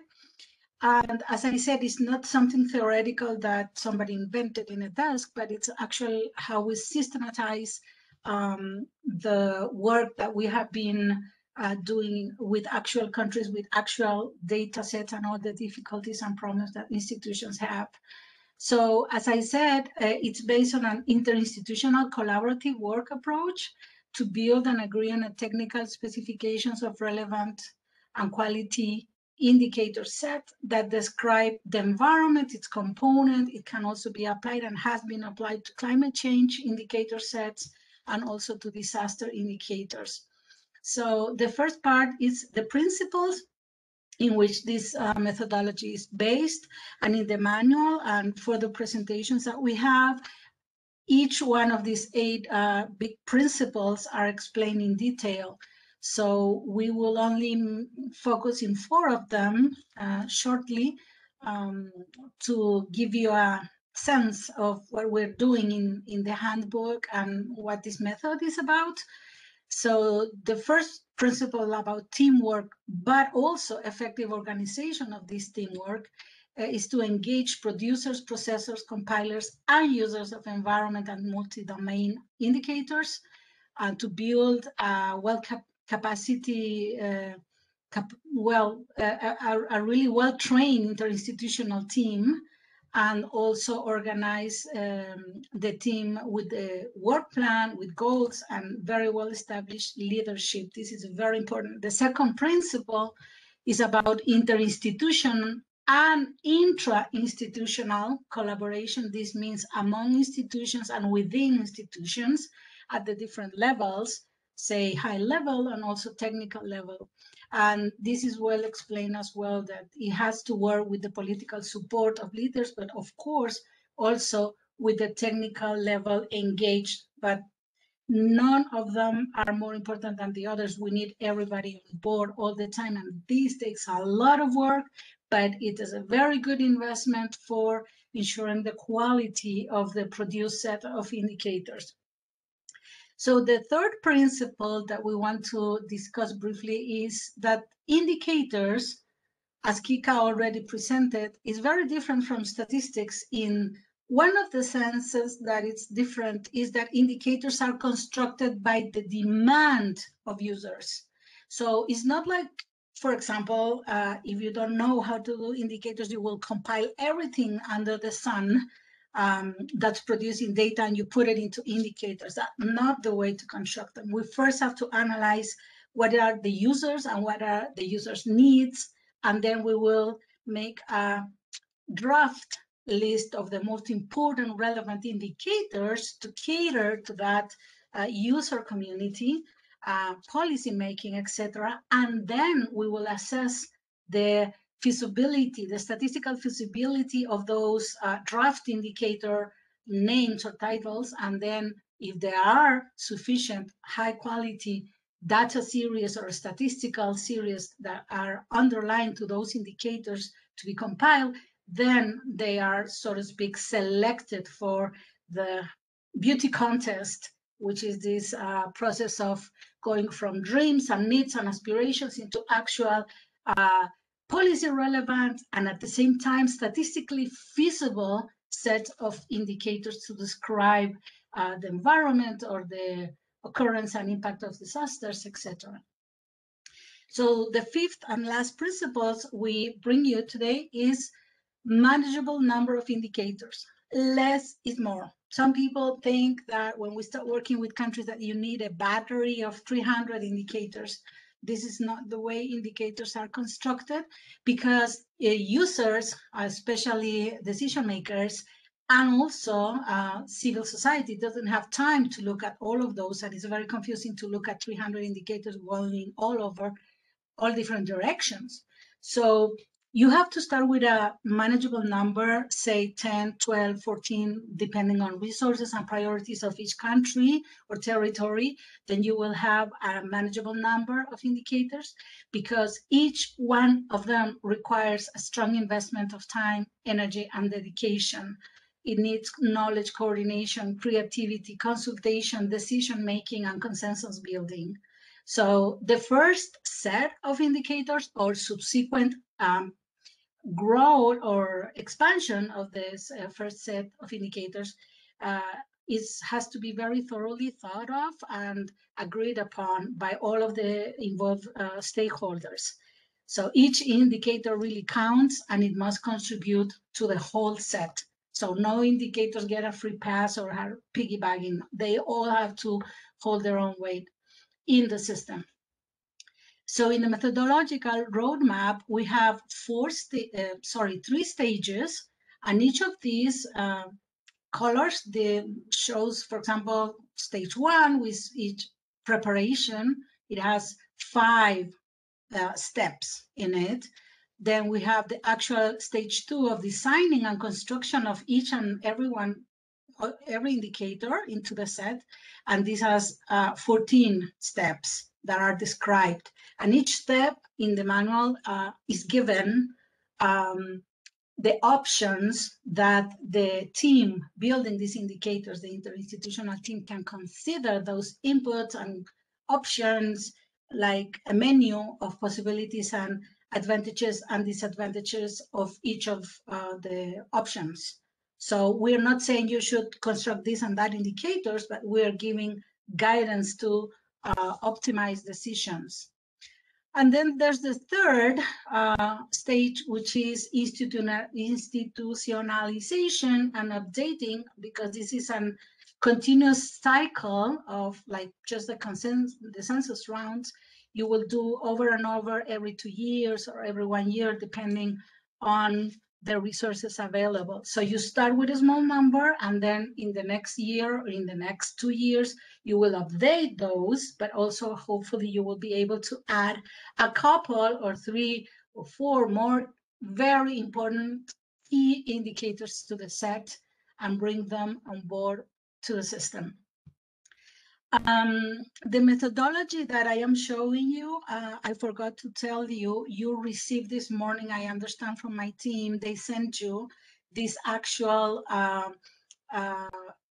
roadmap in PDF so that you can consult and have a look if you don't see with enough detail on the screen, and you can always keep that, of course, in mind for your future work. So what we are explaining here, I'm not going to go through the whole methodology, but it consists of 4 columns. So the central methodological process that I already showed you in a circle sort of flattens up in this flow of the first column is the inputs that you will be needing to take into account. The second column will be the methodological process itself with each of the steps. The third column will be the intermediate product and different tools that have to be developed for this work. And the tools are shown with this little hammer icon. And in the final column, you will see the final product. So that was stage 1. This is stage 2. I'm not going to explain it. We don't have the time for that. But again, just to bring your attention to step 9, where after you prepare in the previous stage and you see the preliminary draft list of potential indicators in step 6, and then you assess data sources and availability to compile those dreamed of indicators, you will develop, construct together with all of the other stakeholders, the actual indicators through filling the methodology sheets. In step 9, you will break out in thematic specialized teams. So one team will do the disaster ones, and the other team will do the water indicators, and the other one with the renewability of energy indicators, and so on and so forth. And in those teams, you will have one representative that knows the theme, another that knows the science, another one will be from the NSO and will know the statistical arid knowledge of classification and definitions and boundaries and all of those things. And all together will construct the best indicators for those themes that are prioritized. And then you come back together into step 10 in a plenary mode, and then you will refine those indicators and then design the template for dissemination that's really user-friendly and you will develop all of the results that we need, as you know, the log, the statistical log, and the dissemination template, and data transmission sheets, and other things that are very needed and important to systematize. And then you will be able to have your final set of indicators to be published. So when the methodological sheets was mentioned by Kika as one of the steps of validation, the description of the data series that goes into the compilation of one indicator is something very important. This is what we have, the little hammer, the little tool icon here, because this step of developing the methodology sheets is the key. I already mentioned that this is done in teams with different expertises and backgrounds. So these methodology sheets that I'm going to just show you an example right here, which is in the stall.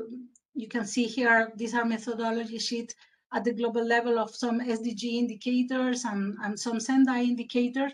So this is lacking the graph, which is another of the fields. Fields means the different content in the methodology sheets. But just so you have a look of what a methodology sheet looks like, of course, these are well finished, but when we are working in the methodology with all of our colleagues from different institutions, it starts really ugly as a draft, and then you have to change the title, and you have to change the description or boundaries of the underlying statistics, or the graph is upside down, and you have to do all of these adjustments, and this takes a lot of time and investment and willingness to work together and understand each other until the most optimal, robust version of the indicator is reached. So for this tool, the methodology sheet is key. It's for internal use of the constructing companies, so to speak, for these teams that are working on this. It's not to be published in whole, just parts of them are going to be published. It clarifies and shares technical content and specificities. It allows for a common comprehension in the building process. It informs about many details, and selected content, as I said, is going to be disseminated into the dissemination platform, okay? This is so important also because having all these specific technical specification or specs allows or enables comparability of the indicator over time and across space, okay? So these are just two examples of how they look like. I'm sure you have constructed methodology sheets before when you're building indicators, and I cannot stress how important that is. And then when we come back into plenary and every thematic subgroup is showing and portraying what they came up with in each of the indicators, there is a common selection that it's agreed upon criteria. There is a common criteria for the selection of the indicators. And you can see here some of the points that are explained in the manual of how to select indicators, because at this stage, every institution or stakeholder falls in love or is already fallen in love with their specific indicators. And perhaps those are not the best fitted for the whole system, especially when it's the first set of indicators to be published by one country. So sometimes great indicators have to be for the reasons of the criteria that it's going to be applied in analyzing which one will go, which ones will have to wait. You will have a lot of discussion with the group on how simply the indicator is portrayed, the robustness in terms of statistical quality of their data that's underlying the indicator, how it is so relevant or pertinent to the target or policy objective. For example, the impact of UV radiation over wild flowers in a specific ecosystem that it's tiny, perhaps cannot necessarily be the most important or relevant indicator, even though we have the data to compile it. Or the other way around, we need an indicator that's absolutely relevant for climate change, or for example, what is the impact of the disaster in ecosystems integrity? But we don't have the data to calculate that indicator yet in the first set. So those will have to wait until we solve these problems. Okay, so for that, we need to have this shared criteria. Here is just an example of environmental indicator sets from Sweden that you can see. It's only 21 of them, and you can access them if you're interested. And it's a very simple way of portraying a set of indicators that cover emissions and fertilizers and land use, marine and water and environment, air environmental quality and waste. Sorry, I forgot to say this is just some selected indicators to show you, let's say, a headline at one-digit indicator system. And then you have the third and final. Yes? We're going over time, so we'll need to round up. Sure. And this part of the methodology is just what I was saying to, after you do the first effort, you have to systematize, you have to institutionalize. So this is not just a project well done, but a unit that is completely absorbed into the NSO, the Environmental Ministry, the Emergency Authority, or the Disaster Risk Reduction Institution in the country, etc. Finalizing with this, Abdullahi, it's, dear colleagues as well, 4 products of applying this methodology, as we have seen successfully in many countries, is first, when you apply this methodology in countries, it takes about 15 to 24 months to come up with the first set of indicators. And you have these products. The first set of indicators, you have, that's number 2. Number 1 is the developers that are well-trained and experienced, and they can actually be transformed into the first indicators unit in the different institutions. We have an indicator system, which is much more than just each of the indicators. It also means the institutions, the teams, the resources, the networking, and the equipment that it's necessary. And we will also be able to have an interinstitutional committee or formal mechanism, as Rina also mentioned in the last slide of her presentation, to be able to work and keep working in the future to update the indicators and produce even more important indicators in the future. Thank you very much. Back to you, Abdullahi. Thank you very much, Ryan. And so we are already getting comments and questions on the chat, which we will get to very soon after the last presentation, which will be made by Omar Bello. And if you are from the Caribbean, chances are that you have done DALA at one point in time. So you are very much familiar with this. And Omar is the point person who does this.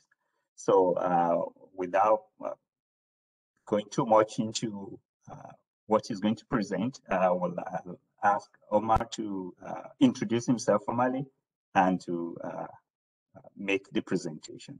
So Omar, you have, I'm just checking on the time here. You have 10 minutes. Over to you.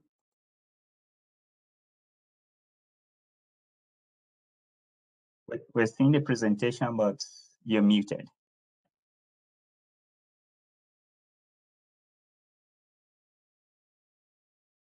You're still muted. I'd like to say thank you to Pauline for the invitation to this event, also to Rayen, and also to Rolando Ocampo, the director of the Statistic Division in ECLAC, that we have a great interaction regarding all the DALA topics, regarding the trainings and regarding also the assessment, the assessment. So, well, just, you know, I will do a quick presentation about this. The outline is, I will make 2 simple points here. What is a DALA report and the ECLAC recent work on disasters? Well, a DALA report consists on the estimation of the effects. Basically, the effects of a disaster are damage losses and additional cost, the estimation of impacts, household level and macroeconomic impacts. Here, basically, what I would like to mention about this is that there are some confusion in the international databases about these concepts. For example, today I have a meeting with the UNDR Technical Committee, and I will emphasize this kind of concepts because, for example, in the case of the NDAT database, NDAT only register damage, and NDAT will not register losses or additional costs that are two very important dimensions in the case of a disaster. Imagine, for example, the case of the COVID-19 that have been, I would say, the largest disaster in recent history in recent history in Latin America and the Caribbean. Well, in the case of the NDAT database, the cost is zero because basically they register the cost of the damage. And the third part of the report is the recommendations for resilience reconstruction, okay, that are based on the framework, on the Sendai framework that UNDRR proposed. Well, the damage refers to the effects the disaster has on the asset of each sector, expressed in monetary terms. It is estimated by the replacement price, which is the current price, I mean the price before the disaster, of an asset equivalent to the one that was destroyed. So here, this is not the reconstruction cost. It's a difference in the reconstruction cost because the reconstruction will imply an update of the asset that was already destroyed. So basically what we are trying to measure is the thing that you had before the disaster happened. The second concept is losses, that are the value of goods that go unproduced and services that go unprovided during a period running from the time the disaster occurs until full recovery and reconstruction is achieved. Calculating then means setting a value on production that will be foregone and a value on the services that will go unprovided. And the third concept, that is the concept that we introduced in the modification of the DALA methodology that we did in 2014, is the additional cost referred to outlays required to produce goods and services in a temporary way. Here, don't confuse this with reconstruction, because here we are talking about, I would say, all the additional expenses that you do to provide the goods and the services in a definite way. Well, basically, the organization of a report like this, and this connect a lot with the presentation of Rajen, because here what I'm trying to tell to you is that the statistic that you got from a DALA report could be a complement of the regular statistics that you are gathering and you are publishing. This could be, I would say, a complementary statistic, since here in detail you got in detail the effects of the disaster. Basically, the organization of the report is the following: first, the affected population chapter, and then we divide the economy in three sectors: social, infrastructure, and economic sector. Social include education, health and housing; infrastructure, transportation, water and sewerage, power and telecommunications; and the economic sectors include agriculture and fisheries, manufacturing, commerce, and tourism. I would say in the case of the economic sectors, we adapt to the, I would say, the main sectors of the region of the country that is affected. For example, one time in Colombia, we include the mining sector because an important mine was damaged. I mean, the roads close to the mine were damaged, so we have to include the mining sector. And then we include also the environment and the macroeconomic impact. If our data collaborate with us, we include some gender effects, but I would say that this will be a topic for another meeting to talk about gender statistics. And first, I would like to mention things related to the affected population. I would say that the concept that ECLAC used is a concept that is very similar to the concept of NDAT. In the case of the primary affected population, that for us is the main target when you are doing a disaster assessment, are the persons directly affected by the consequences of the disaster, are the deceased, the injured, the sheltered people, the displaced people, and the people that suffer damage to property. And basically, these concepts are the concepts that are used by the ENDAT database. Here, this is an example of this concept in the case of Hurricane Dorian 2019 in Bahamas, and see the importance of the information that is provided. Here, we are not talking about Hurricane Dorian in the Bahamas. We are talking about Hurricane Dorian in two specific islands in the Bahamas, Abaco and Grand Bahama. This is very similar to what happened in any Latin American country, that just, I would say, a small proportion of a country is affected by the disaster. Bahamas is an example in the Caribbean of that. And here, I would say that this is the summary of the table that I presented before for Hurricane Dorian, where we estimate the damage, losses, and additional costs for each of these subsectors. See that if you follow the Rayen presentation, you can build some indicators using this information. For example, in the case of the affected population, it's important to measure one thing that is very interesting in the case of a disaster. What is the percentage of affected population that we have in the region that was affected by a disaster? This is something important to do an estimate after you produce this DALA report. And see that here now we aggregate this by social sector, infrastructure sector, productive sector, and environment, as I mentioned before. Here is, I would say, the composition in the case of Hurricane Dorian was basically the social sector, mainly housing, was the main sector that was affected by Hurricane Dorian. In terms of losses, was the productive sector, the main one that was affected, basically the tourism sector. So I would say that this is the human face of the disaster, because here what you get is that the places where people live were damaged, were destroyed, the houses, and I would say the main sources of revenue of the island were affected. So there, I would say that is the human face of the disaster. And here is a very interesting information that we produce. We divide damage, losses, and additional costs between the public sector and the private sector. This is something also very useful in terms of the reconstruction process.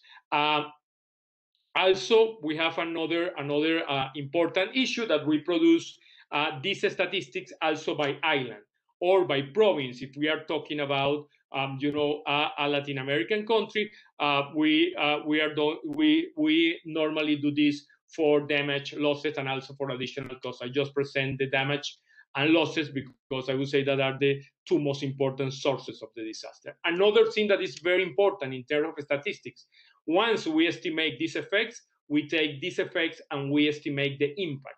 And the impact is what is the consequences of the disaster in a macroeconomic variable as the GDP.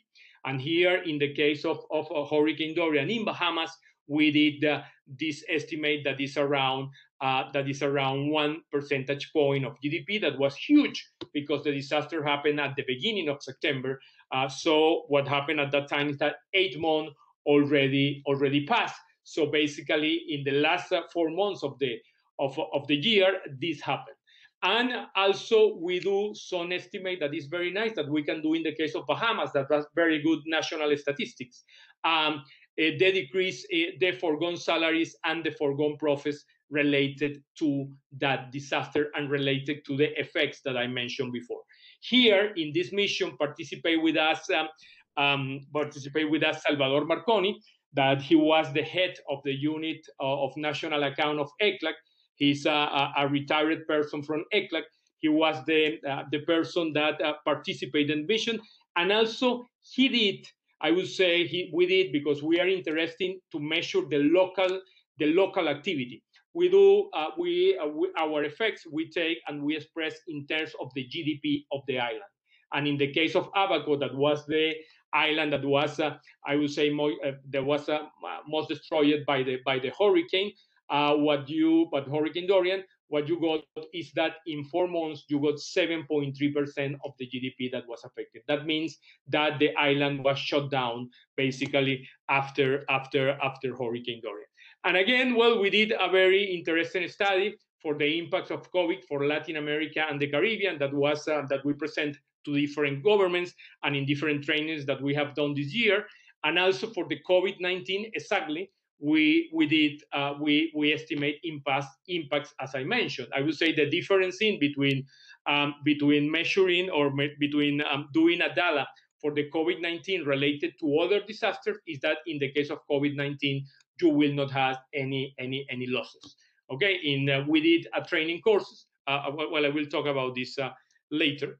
And also in the case of Dominican Republic, just to mention this and to mention about other statistics, given the nice statistics that they have, we could estimate, I would say, the impact on female jobs that could be lost because of the disaster. But this depends, I would say, in the statistic that we have previous to this disaster. Well, the other part of the report, as I mentioned, is related to recommendation for resilient reconstruction. And basically, we are using there the Sendai framework for disaster risk reduction, the pillars of the Sendai framework for disaster risk reduction. Here in ECLAC, we are very respectful of the countries, so we are not proposing here policies. Basically, what we are giving here are recommendations to give a resilient to have a resilient reconstruction. Well, I would say that the work of ECLAC, the recent work of ECLAC regarding two disasters, in 2014, ECLAC in 2014, ECLAC wrote the last version of the methodology, the third version, and ECLAC has led more than 100 assessments since 1972. ECLAC was the first institution in the world that devotes resources to do this disaster assessment. And regarding the recent Dallas, since 2015, ECLAC has 14 assessments. Basically, in the Caribbean, we have done eight or nine assessments in the last since 2015. I would like to mention and to emphasize these two Dallas that we did in 2020 regarding hurricanes Eta and Iota in Honduras and in Guatemala. And also I would like to highlight that we have 5 co-publications with the IDB. 3 of the reports of the Bahamas are co-published with the IDB, and these 2 reports of Honduras and Guatemala are also co-published with the IDB. Already the report of Guatemala is online, and the IDB will make available the report of Honduras next week.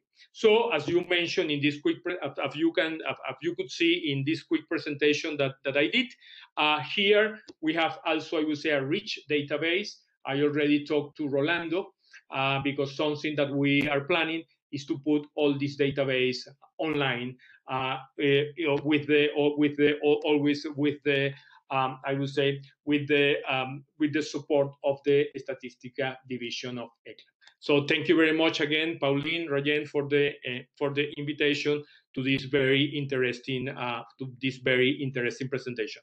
The last thing, well, we have done around, including Omar, we are running out of time. Please let's round up so that we can have time for Q&A. Okay. Well, just to mention that we have done more than 50 trainings about the DALA methodology, and the last one was an online training that we did last week for the Bahamas with the IDB. So basically, also what we are trying is to collaborate for the governments with the government to have the importance to have indicators, and the DALA methodology could be used to estimate some of these indicators. Thank you very much. Thank you very much. That concludes the presentation, and I mean, we have a lot of information to digest, and there are already questions and comments online in the chat. So let me go through those comments, and then we will have opportunity to take questions and comments from those who would like to do it live. There was a comment from Edgar Eck from the Department of Environment in Belize. Edgar stated ESAT is a great tool, whether you are planning to start your environment statistics program or you want to update your framework. So the template allows for modification to include statistics and indicators at national or local level. And he encourages us to use it. So that's by way of information from Edgar. And and you have, so to check it out, ESAT, E-S-S-A-T. Now there is a question from Mr. Junior Alexis from Grenada. He commended the presentations and then indicated that there are already developed health management information system, and also education management system, alluding to the fact that we have different information management systems. And wondered if there are environmental management information systems that have been developed. I'm aware of one actually in St. Lucia, where they have UNEP helped them to develop the National Environmental Information System. So there may be others too that that exist that the presenters may want to point out, and also member states that are represented there that may be aware of any environmental information management system to please so state. There is also there's a comment from Tyrone Gopal from the CSO in Trinidad and Tobago that talks about the issue of seeds and LDCs being able to produce most of the first tier indicators based on limited resources of the NSOs and other associated ministries, and that this will be sufficient for environmental statistics for the country.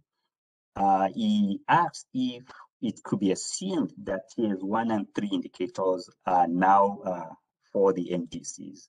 So I think our colleagues from UNSD included this in their presentation. So if you could take on that question first. Over to you, Rina, Emil.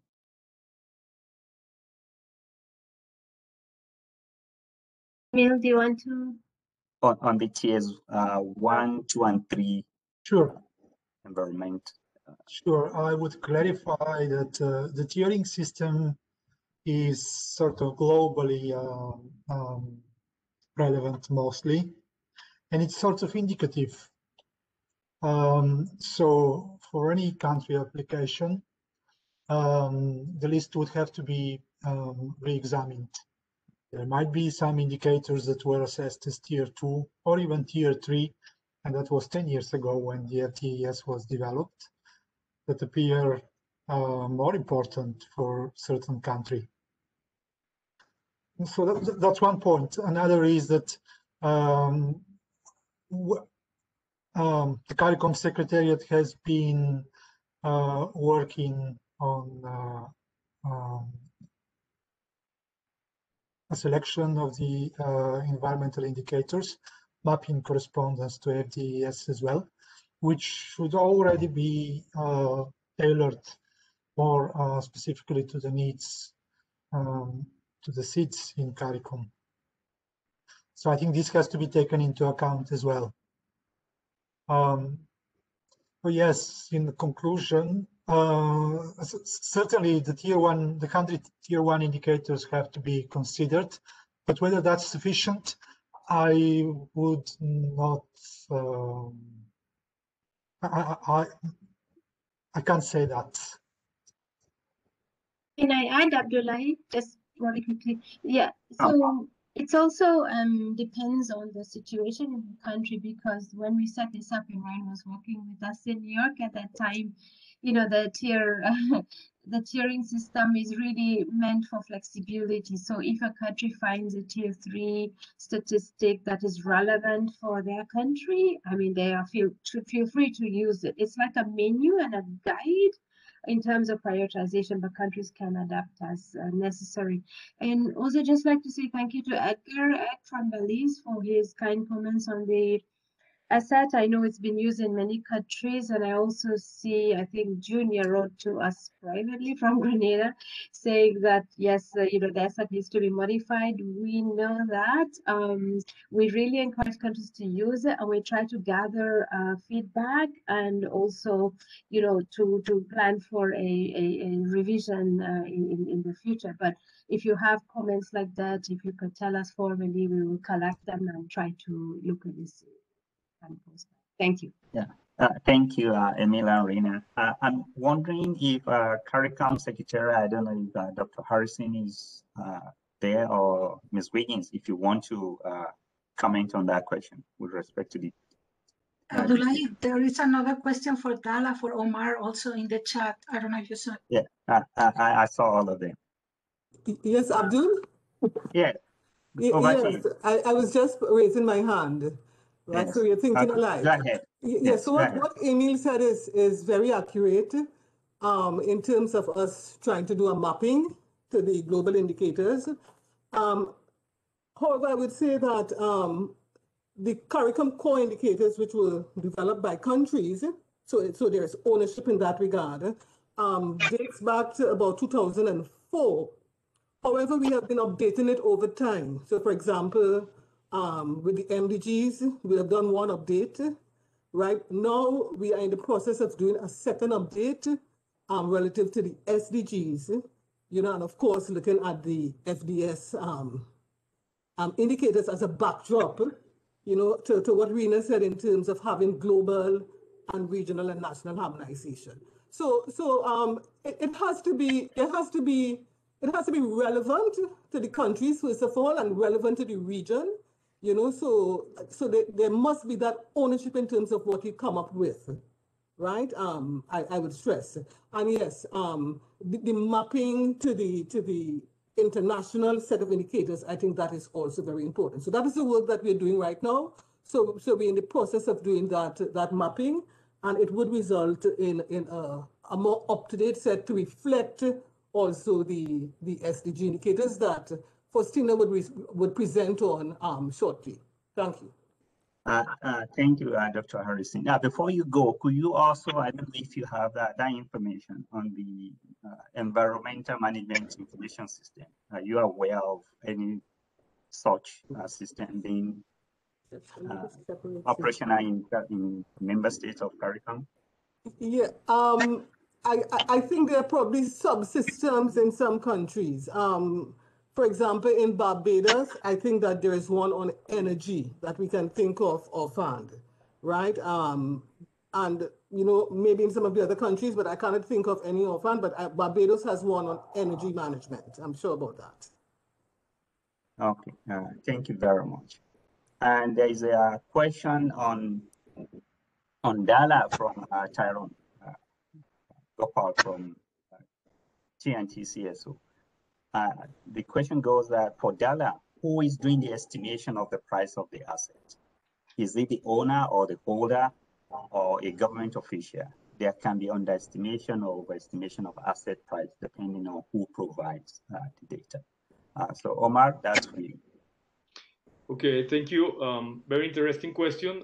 Basically, if we have a Dala mission, is the Dala mission the one that estimates the price for the asset? I will put an example. For example, in the education sector, if we are talking about a school that was destroyed, basically what our engineers, because this is a multidisciplinary team, our engineers would look at the material used to build the school. And in the country, for sure, you have an average price per square meter of construction for using this material. And using this and using the age of the school, calculating a depreciation, we got the price of the asset, of a replacement price of the asset that was destroyed.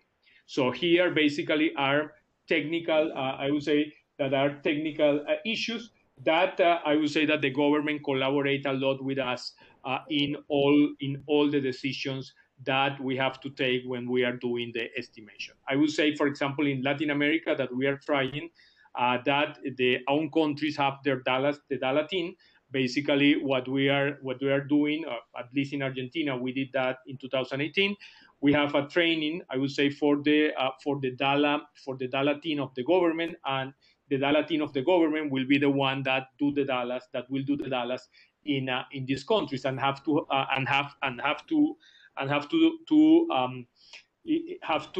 decide about these kind of issues. I would say that it's very transparent the way that is doing, because all the assumptions that are made in these estimations that we use in that estimations are written there in the reports. Thank you very much. I don't see any hands up. So in the interest of time. Abdul, there is Tamika George from CSO Grenada. Okay, go ahead. Thank you and good afternoon to all. I have one question though regarding classification. I know in Grenada, in our collection of environmental statistics data, that we have taken the opportunity to create some indicators that speak specifically to the Grenadian setting, because sometimes in the classifications that are provided and in some of the events, the metadata or the indicator that is built, because of some diversity and difference in terms of countries, we are unable in some instances to answer suit to some of the indicators that, for example, UNSD, I know on water, we have an issue there because some of the information that we're looking for is not collected because we're secondary data collectors of the information. So my question is, would there be an opportunity for these classifications to be broken down? For example, when we have different REVs, and so we can link one level of the classification, for example, maybe a top-down or bottom-up approach, where even if you collect information and build an indicator, it can be representative in the classification at the helm. If yes, I'm thinking that Grenada needs that exposure. So if and when we are reporting that, we would be able to report information for Grenada, and it would fall, or how I should say, it should be able to be harmonized. Like we can report data and it's not basically on the Grenadian situation, but on the Grenadian situation, and can fit easily inside of an international standards as well. And then my not a question so much, but my one of the challenges, and I think when Miss Jeanette Martin was presenting, I made mention to it, that one of the challenges that we have in data sources, and I think it must be made mention of, is the fact that in some of our data, in data collections, and I think Mrs. Aline Franklin made mention to it, is that some of these data sources are one-time surveys. For example, say emissions, air emissions, and it's not done in collaboration with the statistics department. And of course, sometimes you are now asked to report on air emissions, and it may look as the statistical office is not doing what it needs to be done, what is needed to be done. But however, sometimes there is no methodology attached. There are consultancies who come into the country and they take on this task, one-off task. You have not been an integral part of the undertaking, and so at the end you are unable to produce this data, and there are gaps because it is done in every 5 years, or if for example, if there's a hurricane or something to that, some adverse effect, then it's done, and then it's done just for that period, and then you have no data being collected on that specific topic going forward. And again, I would like to stress, like Ms. Aline Franklin said, that we need to, and I think an invitation was sent out to our environmental ministry. I don't know if any one of them is there, but this information be shared and shared to our environmental division and other disaster agencies. So in the event we can collaboratively, do and be able to, give out information. I must say this morning's proceeding was a very well received one. All of the presentations were nice, but that's just my two most points that I would like to bring forward. So thank you. Thank you very much, Ms. George. And those are, very impactful points that you have made. I'll ask Ranyan to address the issue of methodology, and maybe Rina to address the issue of the international standard that she mentioned in our first point. Ranyan? I am so very sorry that I was captured into the discussion, but I forgot what was the actual question about the method. I'm so sorry, Abdullahi. Can you repeat it? Yeah, she was just pointing out the fact that we don't have a standardized methodology to produce many of these environment statistics or climate change indicators. And she made reference in particular to the issue of emission data, which may not be collected by the NSOs, but that the NSOs are tasked with reporting. Yes. Okay. Thank you so much, dear Abdul. Yeah, so this is a work in progress in our emerging domain of environment statistics. And we have methodological guidance and standard, I would say harmonized more than standardized in many, many different places. And you can find in the FDS, you probably know that too, as Rina can also say, that there is this manual to compile all of the topics and components and subcomponents of the FDS statistics, the 450 something that Emil mentioned in the basic set of environment statistics. So you can find a lot of guidance there. For example, in the emissions, the recommendation is to follow the IPCC guidelines. There are two manuals for compiling the emissions.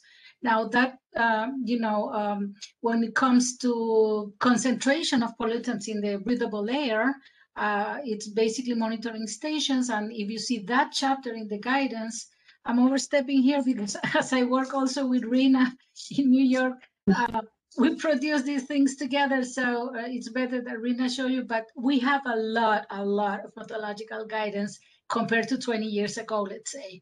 So I encourage all of the countries to consult this and come back to us if you need anything more specific at any specific topic. Rina, over to you. Thank you, Abdullahi and Rahen, and thanks, Rahen, for starting off the discussion. And thank you to Tamika. Hi, Tamika in Grenada. Yes, so you mentioned a couple of things that are very important, and about the classifications, and for example, in the water data. I think what we would suggest is that, as we've been doing in the past, we understand that sometimes your national data may not fit exactly into what is being proposed in a classification or structure. So if you would like some guidance from us, what we encourage is if you send us what you have, and we can work closely with you to see how it fits, because that's what we're doing with some other countries. That's the best we could offer right now, because this is an emerging field, so it's difficult to have a very strong, sort of structure all the time. But we are welcoming that. And on this point, I'd like to really encourage the countries in the region to try to submit their water and waste data to our questionnaire that we sent out in November. I wanted to say a lot more in my presentation, but I couldn't, so I'll mention this one point now, that one may not realize, but like waste statistics is also extremely important for climate change, to look at the, greenhouse gas emission, in particular methane. So this is something that the IPCC mentioned in our side event 2 weeks ago. That is extremely important. And water statistics also can be very important for adaptation, vulnerability, climate change indicators. So please try to complete what you can. I know we've received from Suriname so far, but not countries, and we're here to help you. So send us what you have, and we'll try to help align it into the questionnaire structure. And to Tamika, also you mentioned about the surveys. I understand the challenge and resources required, but just so you know that there are national statistical offices also conducting specialized environment surveys, but the more exciting partner is also on climate change. So, for example, Nepal has conducted a few years ago a climate change impact survey, that's the NSO. And I just found out last week from Bangladesh in their statement to the Commission on Climate Change, they put in, actually it was on disasters, excuse me, but they talked about survey that they are going to conduct in April. Change and disasters. That's again the NSO. So this is a growing trend, and we have on our website a compilation of such surveys. So you can consult there also for examples. Thank you. Thank you very much, Arina and Ryan. We are seriously running behind schedule, but you all agree with me that this has been worth it, and the discussion is really very engaging. In order not to risk losing that momentum, I'm going to suggest that we skip break. I mean, we can always have our coffee or just, step to the bathroom if you need to, except for the presenters. So if you agree with me, we should just continue, and that will give us, maybe we'll save 5 to 10 minutes on the clock. Any dissent? No.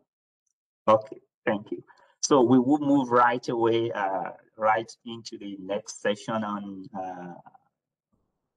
session 5. And by the way, thank you so much, all the presenters, for the information that you've provided, and very eloquently so. So to move on to session 5 on climate change and disaster indicators in global and regional framework for the 2030 Agenda for Sustainable Development, specifically looking at international demand. Again, we have a list of eminent presenters, speakers who will deal with the topics, starting from Ms. Pauline Leonard from ECLAD, Mr. Ventura Silva from UNFCCC, and Ms. Jennifer Gorelick from UNDRR, the Regional Office of the Americas. And we will conclude it with a presentation from CARICOM, which will be made by Ms. Christina Wiggins. So we'll call on Pauline to start the presentation and to introduce our topic and herself. She doesn't need much introduction, by the way. And you have 7 minutes, Pauline. Over to you.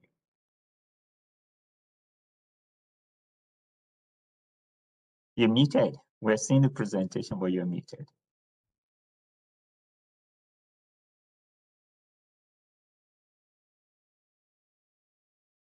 You are still muted. Is it working now? Yes, we can hear you. Perfect. Thank you so much, Abdul. My name is Pauline Leonard. I work in the statistics division in ECLAC. So basically, the goal of my presentation is to give you a statistical perspective on the 2030 agenda.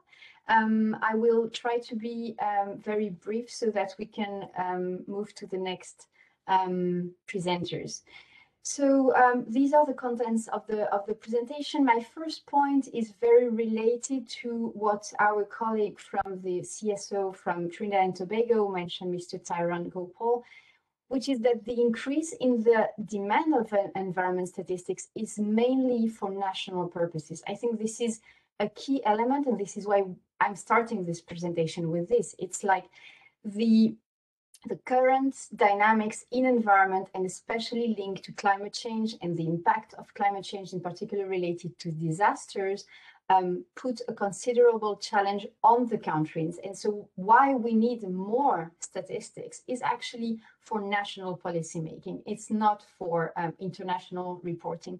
Obviously, the international reporting and these international frameworks are actually useful precisely because of what we've talked about, increase in methodological guidance, increase in cooperation between the countries. But the main goal of environment, climate change, and disaster statistics is for national policies, either for climate change policies, but also a number of other sectoral policies related to biodiversity, water, energy, you name it. So that was one of the key messages I wanted to give firsthand.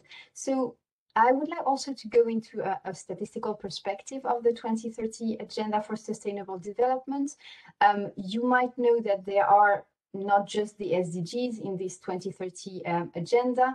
Here you have some of the international agreements that are part of the 2030 agenda. Obviously, you all know the 231 different indicators that we have in the SDGs, in the Sustainable Development Goals.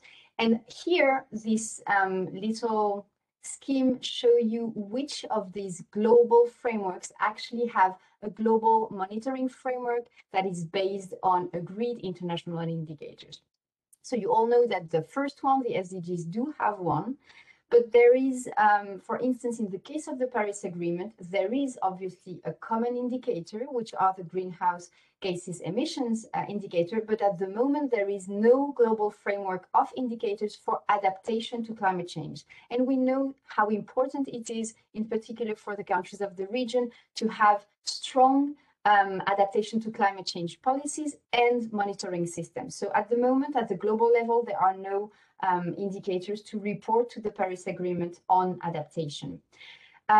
You might know the Sendai Action Framework for Disaster Risk Reduction. My colleague Jennifer will talk about it later, so I will not go into any detail at the moment, but what I can tell you already is that, yes, there is a global monitoring framework that is actually completely coincident with the SDG indicators. They are completely integrated. Two more global frameworks I wanted to mention because they are very important for you. First, the Samoa Pathway. I'm sure you all know it. It was approved right before the SDGs in 2014. Environment and climate change are priority of the Samoa Pathway, but again, there is no global framework of indicators to report to the Samoa Pathway. Same goes for the New Urban Agenda, which was approved in 2016 in Ecuador. A majority of the population in the region, and particularly linked to climate change and disaster, they actually live in cities. So it is a very important agenda for all of us, and it has a strong component of resilient cities related to water, energy, urban mobility. But again, there is no global monitoring framework based on agreed indicators for this agenda. So basically, I'm going to go very quick about the SDG indicators. The fact that half of these SDG indicators, that is 104, require at least one environment statistical variable makes it both a challenge and also an opportunity. We're going to see that right now, because as you can see, here you have the proportion of like how much we need environment indicators in each SDG goal. So you have 5 goals that need 100% of environment variables to create, to monitor each of their targets. And you can see that in other SDGs, there are less environment statistical variables that are needed, but still you can see that it's almost in almost all the SDGs, we need environment statistical variable. We need them for 12 out of 16. Now we're going to go back to the discussion that we just had with Emile and with the colleague from Trinidad and Tobago about the tiering system. As you might know, there is an interagency working group that is actually reviewing the SDG indicators in a regular way. And so in the last revision they made in 2020, it's available on the website, all the tier 3 SDG indicators disappeared. I mean that actually you can see that before, which is in my next slide, we had of the 105 environment SDG indicators, we had half of them that were in tier 3. But now, as I said before, tier 3 has been eliminated, which means that now we do have a methodological guidance for all the indicators that are in the SDGs at the moment, which doesn't mean that all the countries actually have the data. And this is why we still have tier 1 and tier 2 indicators. So perhaps just to have everything clear, tier 1 indicators is that the indicator is conceptually clear, and this is the, let's say, important part here, data are regularly produced by countries for at least 50% of countries and of the population in every region where the indicator is relevant. So this is one of the most like tier 1 indicator. This indicator, forest area as a proportion of total land area, is actually one that is coming from the MDGs. It is something that many countries are collecting at the moment. Another example of tier 2 indicators is proportion of traded wildlife that was poached or illicitly trafficked. It is tier 3 at the moment because we do have an internationally established methodology and standards, but data are not regularly produced by countries. So just an update about the situation of the tiering of the SDGs. So one thing I wanted to tell you here is to show the historical evolution. This is exactly why I was mentioning that this demand for environment-related indicators in the SDGs is both a challenge, but it's also an opportunity. So we went from like 5 years ago having like half of the indicators without a joint international agreed on methodology to now we all have for all of them, for the 100 SDG indicators. So I think this is very important, and this is something that is very hopeful for the future. So just going very fast, these are the last slides that I have. I wanted to mention one regional agreement. There are others, but this one is particularly relevant to the topic we are mentioning. The regional agreement on access to information, public participation, and justice in environmental matters in Latin America and the Caribbean. It's called the Escazú Agreement, and as you can see here, we have 5 countries in the Caribbean that have already ratified that agreement, and this is very important because it is a binding agreement. And is the first regional and also in the world containing specific provision on environment, human rights defenses, but also that really encourage countries to establish environment information systems, which is also a bit linked to one of the questions we had before. Very quickly, I'm going to move on to this is another regional agreement that I will not go into detail. You will have it in the presentation. Basically, I just wanted to finish the presentation with the regional capacities to measure the 2030 agenda.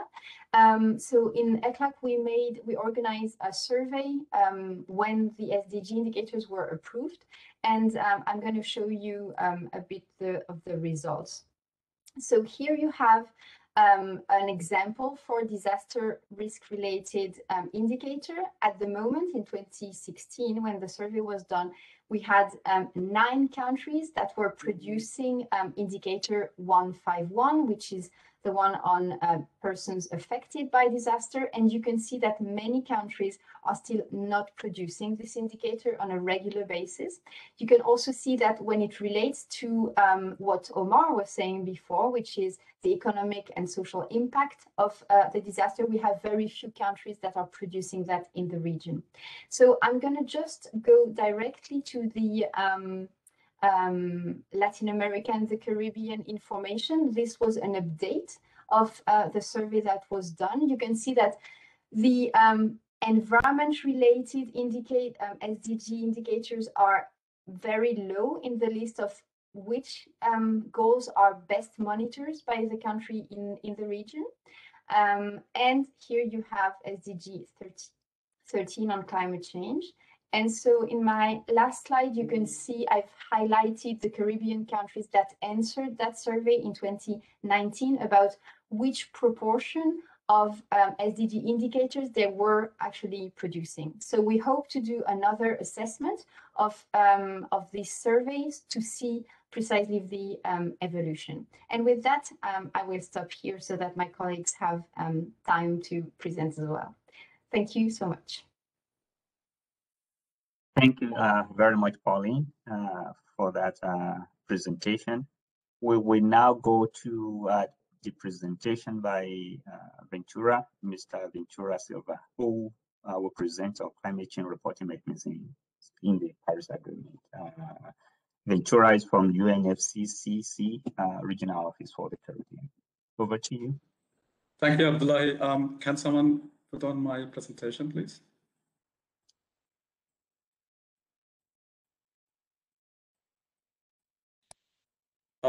It's coming up.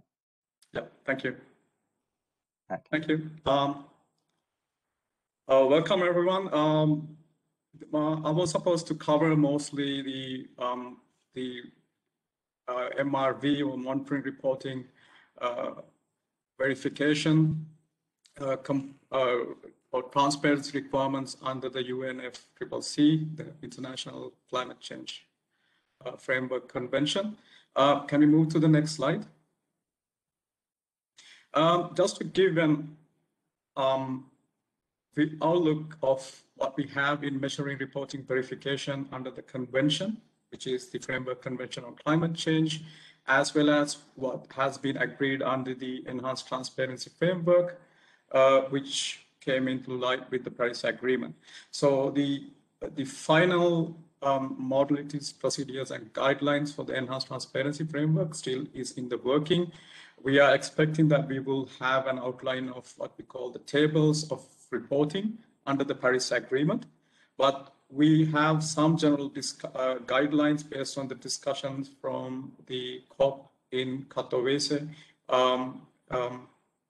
on what would be these enhanced guidelines look like. And we had also further elaboration of these in Madrid in 2019.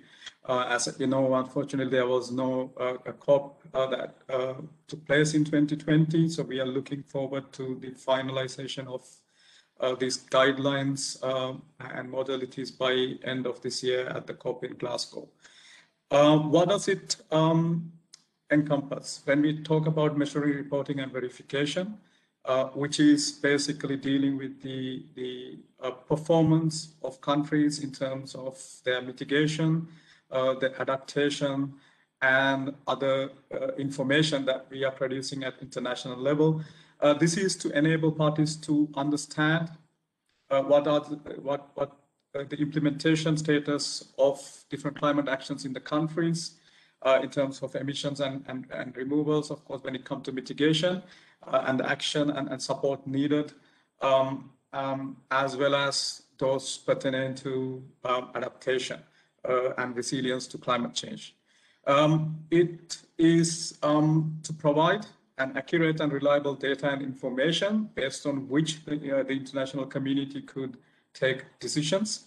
It's to build trust and confidence amongst the parties so that we all are in agreement when it comes to making decisions, that we are informed on what actions are further needed to be taken. So the parties, the decision makers at global level could consider our performance on climate change and take appropriate actions, and also promote effective implementation of climate action. But besides that, as Paula mentioned in her presentation, most of these climate statistics have domestic use in the national climate change policies, plans, and strategies, as well as other sectoral policies and action.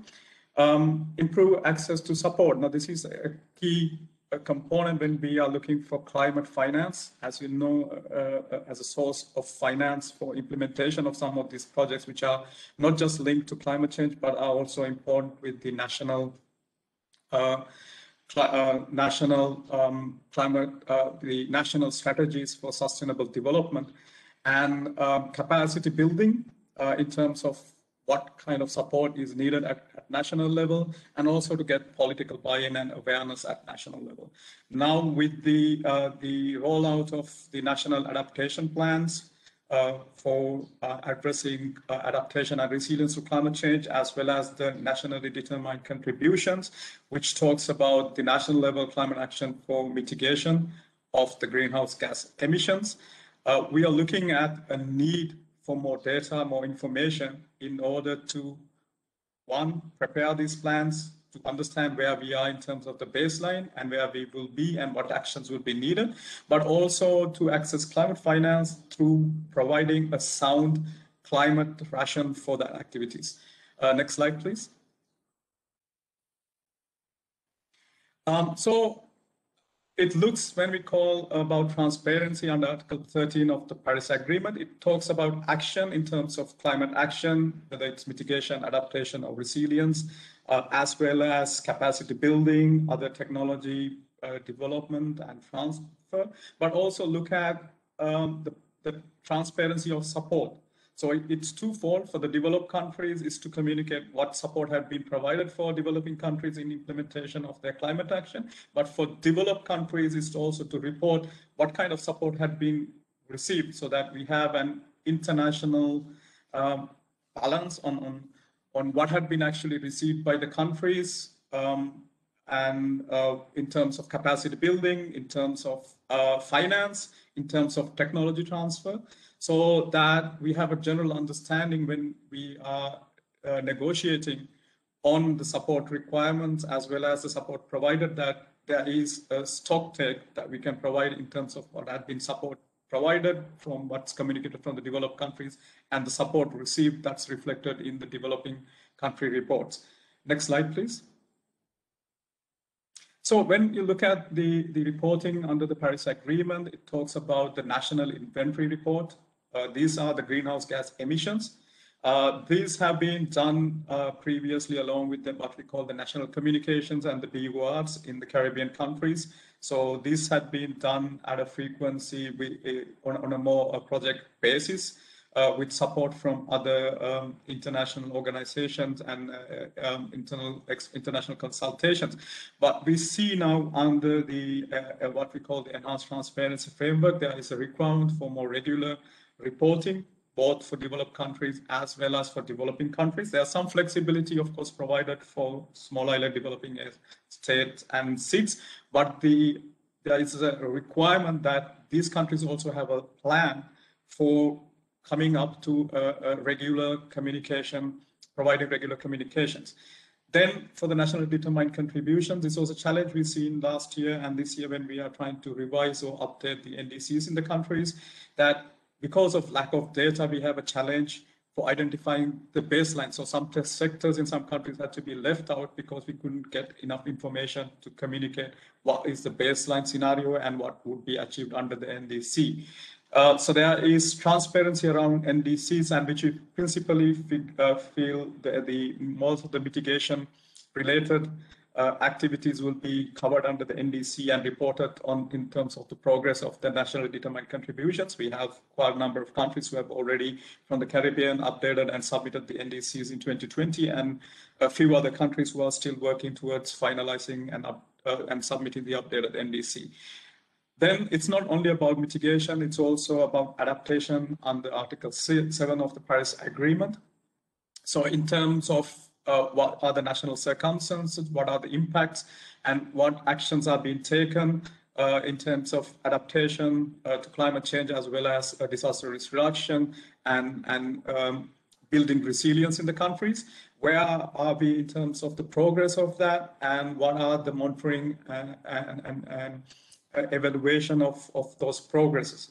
Then, as I mentioned, we also talk about finance, technology development and transfer, and the capacity support provided. This is more for the developed countries and developing countries in terms of support receipt.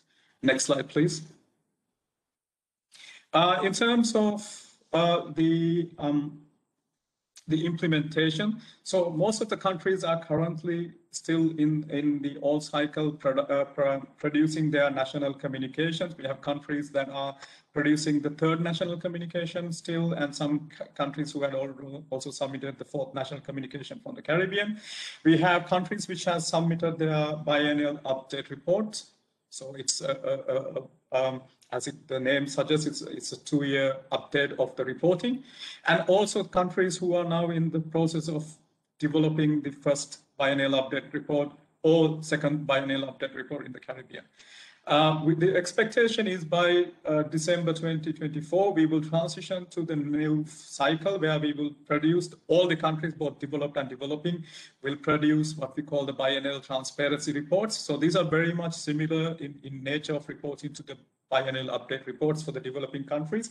And we are expecting to support countries in terms of developing their reports, the biennial update reports, at least one cycle before the new PTR cycle starts, so that the countries have experience in the use of development of the BUR, as well as validation and post follow-up process. Next slide, please.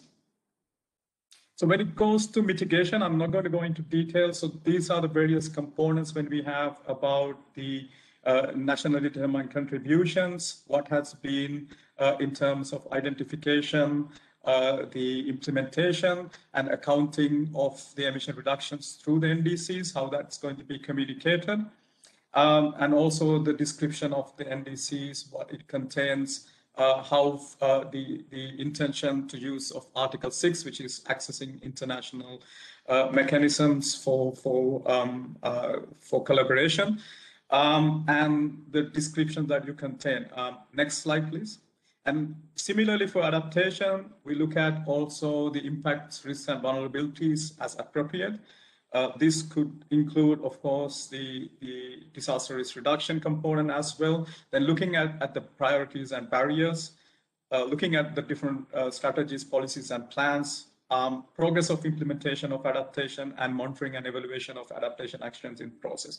So there are various means for what we call the adaptation communications as a means to communicate the progress of countries in adaptation work. And this is where we see a lot of the work that you would be doing would contribute. Next slide, please. So we have in the region various initiatives to support the work of climate change data collection and statistics for reporting for UNFCCC.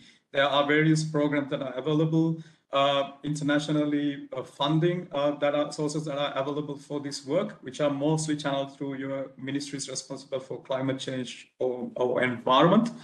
One of these key projects that we have for the Caribbean is the Caribbean Cooperative MRV Hub, which we as the Regional Collaboration Center of UNFCCC is a partner to. And we launched this in 2019 to support develop the reporting capacity of the Caribbean countries through collaboration. We are focusing on different sectoral approaches to improving the data collection and reporting. And we know that through this process that one of the things that we did initially was to assess the various stakeholders who are involved and the different capacities for measuring reporting and verification in the Caribbean. And we know that the National Statistics Office are a key stakeholder, but we also recognize the countries themselves also identified during this process that there is a disconnect between the information that's needed for the reporting for climate purposes, plus what has been the information that was collected at National Statistics Office level.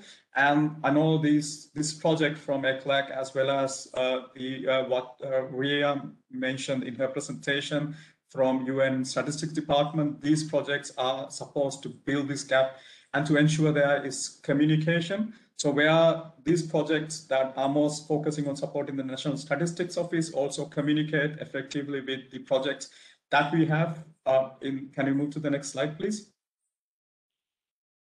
That we have also to support the process of climate change information collection for reporting purposes. So we have several global initiatives which are targeting at global level to provide support for monitoring, reporting, verification.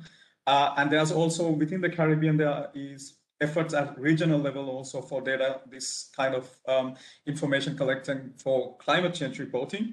The MRV Hub was one of the examples which I mentioned, but there is also the CARICOM Energy and Statistics, which are focusing on improving energy statistics in the CARICOM region, which is useful for this information for the national inventories. There's the ECLAC project that we are talking about today. There is also effort from CICRI, the Caribbean Renewable Energy and Energy Efficiency, the center, the 5Cs, which have done a lot of work focusing on the statistics or information with regard to adaptation and resilience. And then there are also other projects which has components. They're not primarily focusing on climate change information, but that would be useful. And it's important that most of this work, as I mentioned, is coordinated through the climate change officer, so that it is important the National Statistics Officers coordinate within the countries to understand how they could benefit. There are projects that are focused right now at some of the country level, collecting national statistics, national environmental and climate change statistics, developing systems, data management systems around it. So it's important that the NSOs are a key component of that, and also these projects, when we are asking for support, either through the ECLAC project or through the Climate Change Office asking for support for directly supporting the statistics and information that's needed for climate change reporting, that there is coordination amongst these entities. So there are projects that are from GIZ, focusing on ICI, sometimes focusing on specific sectors, like we have one that was focusing on fluorinated gases. There is initiatives that are focusing on agriculture and forestry. The IICA and FAO has some initiatives bilaterally with countries as well as at a regional level, and also looking at some of the sub-regional initiatives like OECS, the NDC Finance Initiative, which is having also a component that's focusing on collecting data and statistics. So the last slide.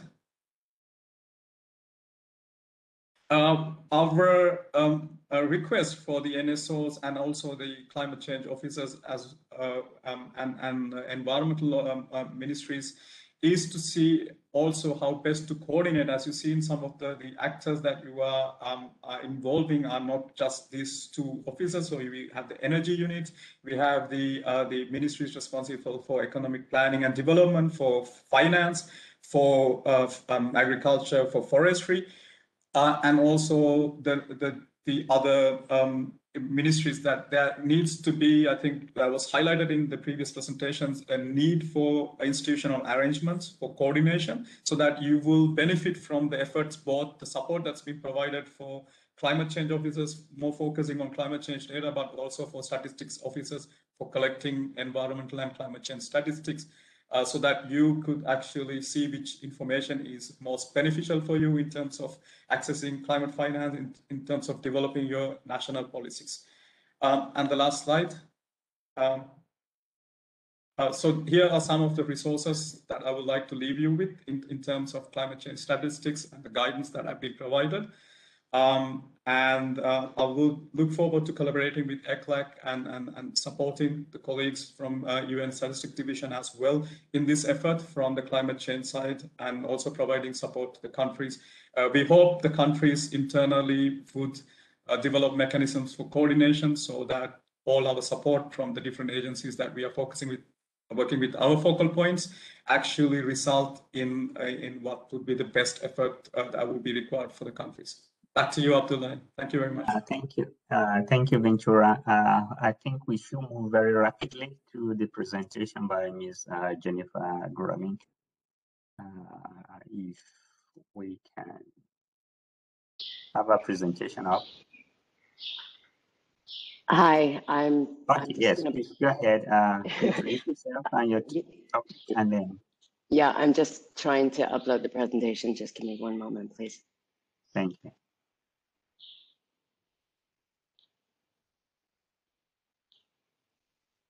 Okay, where it's loading.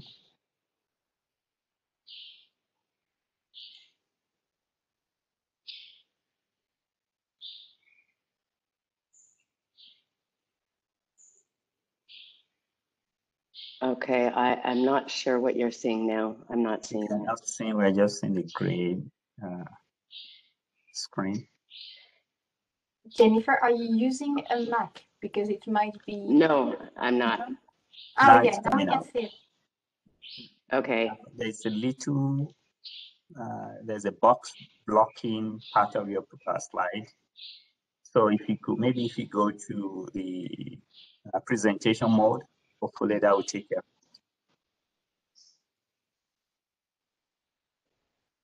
Okay, WebEx is always a bit of a challenge for me. My apologies. Or I don't know if somebody else can share it for me.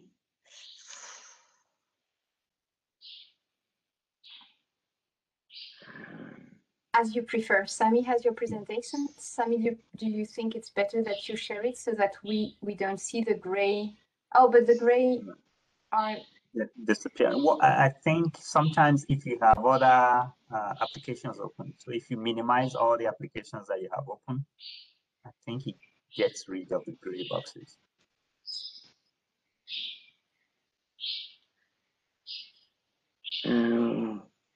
Is this being taken off of my time? Duplicate, no.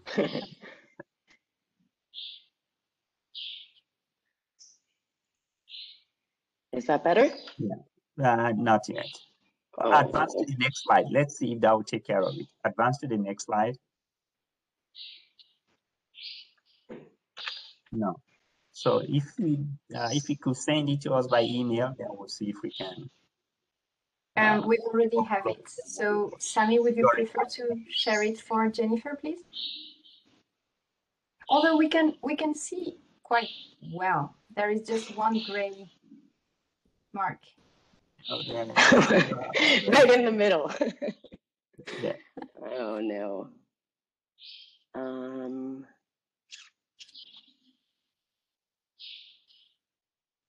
Or I can just speak without sharing the presentation. Yes, Pauline, let me just ask Sami to share. He's going to share for you. Okay. Okay, so I'll try to stop taking up more time with technical glitches. Great, thank you very much. Nice. Okay, so I will ask you to pass the slides a little bit quickly because I do realize that we're a little bit behind time. But I do want to thank colleagues at ECLAC and everybody involved for allowing me to be here with you today. So without technical glitches and without the introduction and closing, if I had the full 7 minutes to devote to the 38 indicators for the Sendai framework, that would actually give me about 11 seconds, I think, per indicator. Taking out a minute for the introductions, that would give me about 9.5 seconds. So I'm not going to get into all the indicators, but if you could please switch to the next slide. The Sendai framework, I understand from Pauline's excellent presentation, is not necessarily something that all participants here today are familiar with, but essentially it's a roadmap from 2015 to 2030 on reducing losses and damages from disasters, both in terms of human impact, in terms of economic losses and damages. So if we can move to the next slide, please, thank you. After it was adopted by countries, and I should say it was developed, negotiated, and adopted by countries themselves, by UN participating member states. I'm just gonna write down the time, sorry. Okay, so once it was adopted in 2015, then if we move to the next slide, if you don't mind very quickly, in 2016, there was a working group that was created by countries themselves to define the terminology and the indicators related to the Sendai framework. So on the next slide, please, if you don't mind. This was essentially a working group that defined the 38 indicators for the 7 global targets that were defined by countries for disaster risk reduction.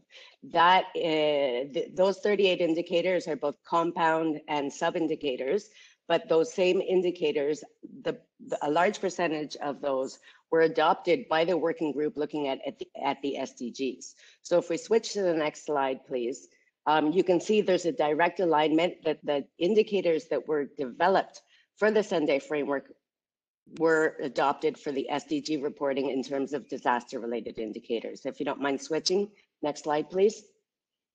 Okay, so here you can see the direct relation. I'll get into the indicators, but essentially when countries report to the Sendai framework itself, then those are feeding into the SDGs. So twice a year, there's a snapshot of information taken, one of which is on the 31st of March of every year. UNDR looks at the information within the system, and that feeds in to the report to the high-level political forum of the SDGs. So there's no duplication in terms of disaster-related statistics in the SDGs with the Sendai framework indicators.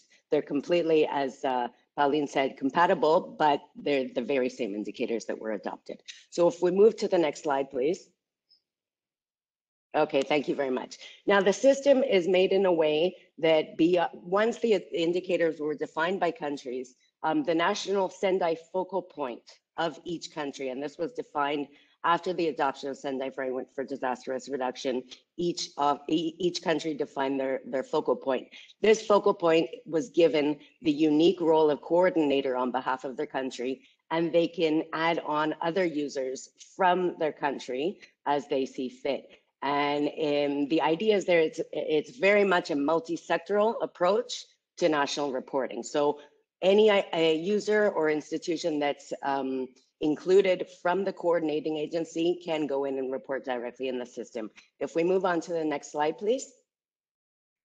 Okay, so here we're looking at a very, very brief description of the seven Sendai global targets for disaster risk reduction and how this translates into the 38 indicators. So there are targets looking at reducing mortality, and in terms of indicators, this is disaggregated between deaths and missing persons. And then we have the number of people affected. So we're essentially looking at the number of ill or injured, as well as those people where their houses are damaged and destroyed. Then we have, oh, I'm sorry, I left that out, as well as livelihoods. My apologies, I forgot to include that one in there. In terms of reducing economic losses, these are very much direct economic losses, and they're relative to a country's GDP. It looks at the key economic sectors defined by the country itself, the critical infrastructure and the cultural heritage. In terms of reducing damages and losses to critical infrastructure and services, that also includes some sub-indicators that look at the disruption to basic services. And then we have for 2020, countries were called upon to have national and local disaster risk reduction strategies. In the case of the CARICOM participating member states with SEDIMA, there's very much an alignment of the indicators within the Caribbean disaster management strategy and the Sendai framework monitoring itself. And we work very closely with SEDIMA to support countries, CARICOM member states, in developing their national DRR strategies. In this case, would be referred to as the country work programs. With SEDIMA through collaboration and directly through the NEMOs, through the National Emergency Management Organizations. So that one was established for 2020 in order to reach the other global targets.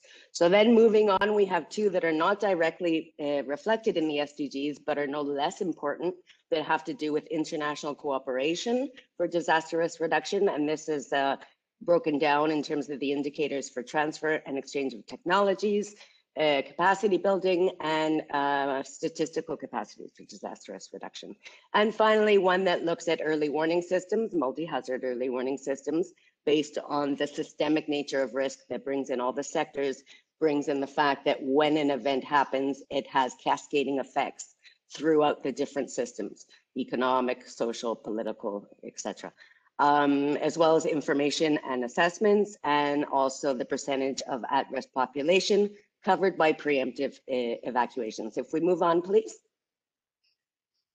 Okay, another subsystem within this is a tool for national loss and damage data collection. And these are what you see on the screen, some of the CARICOM participating member states that already have their profiles online. And the importance of this is that it does capture small scale local events that don't necessarily meet the threshold of larger scale databases. And if we move on, please, to the next slide. Okay, in the region, we also have a working group focusing on disaster risk reduction and disaster related statistics. Currently, there are no participating NSOs from the Caribbean, but we hope to change that. The Secretariat is through ECLAC and through UNDRR, and this is also reflected globally in an interagency and expert working group on disaster related statistics that was recently formed. And there are 3 CARICOM participating member state NSOs within that group. Next slide, please. Thank you very much. I hope I stayed within my time. Yes, exactly. Thank you so much, Jennifer, for the presentation.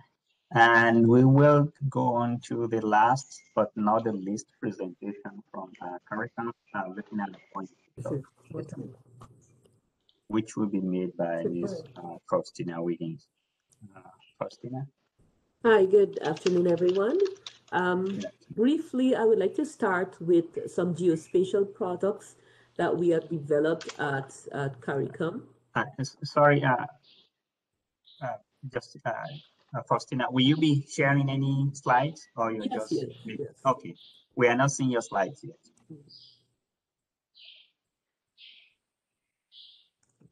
Excellent. coming up, not quite yet. Yes.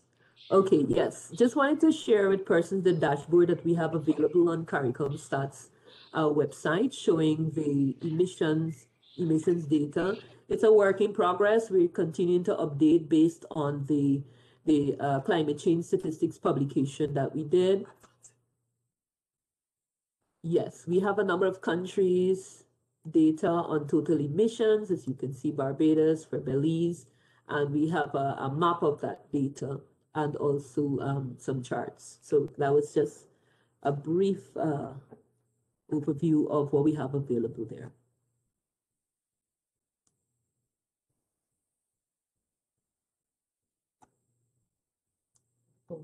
Okay.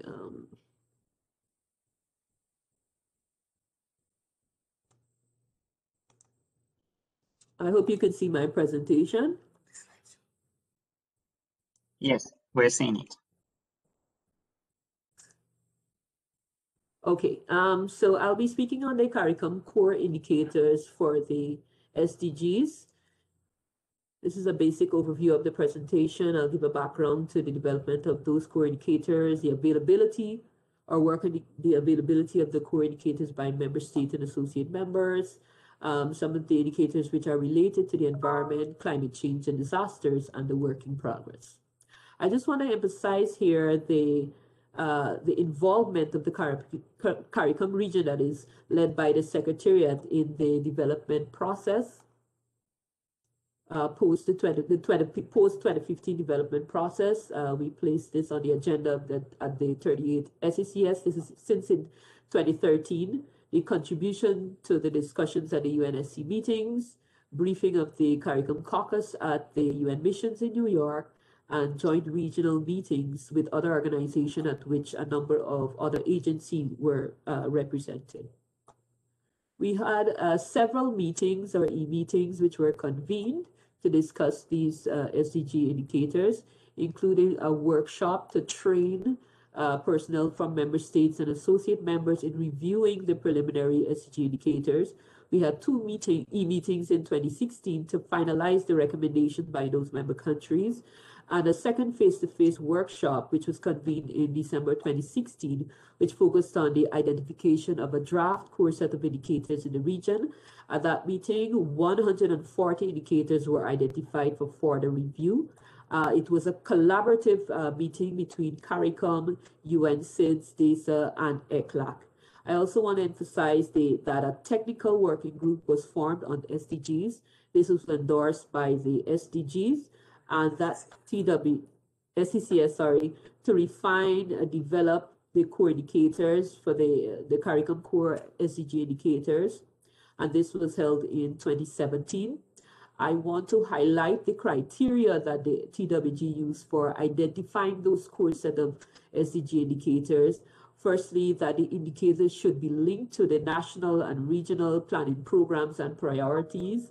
Second, the ability of the indicator to measure the SDGs in the context of the diverse population groups within CARICOM, leaving no one behind. Thirdly, the core indicators must reflect the unique vulnerability of CARICOM SIDS, as highlighted by the Samoa Pathway document, and that the indicators should allow for comparability at the national, regional, and international levels. When the technical working group met in 2016, there were 232 global indicators in the different tiers, tier 1, tier 2, and tier 3. And the technical working group focused on tiers 1 and 2.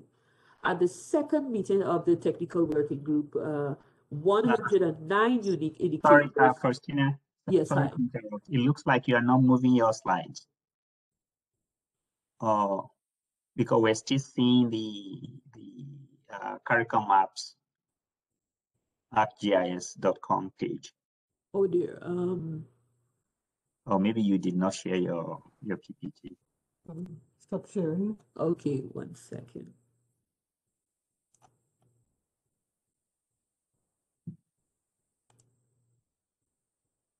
No, yes.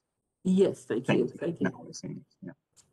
Yes, so 109 unique indicators were recommended by the technical working group to go to the SCCS. These were approved as the core SDG indicators for CARICOM. At the 34th meeting of COSHAN, which was convened in May of 2018, this meeting approved a list of 125 CARICOM core indicators, which comprised of the 109 core indicators that were recommended, as well as 16 indicators which were recommended by the member state of Suriname. Within that list, there are 21 environmentally related indicators. And the next few slides will, yes.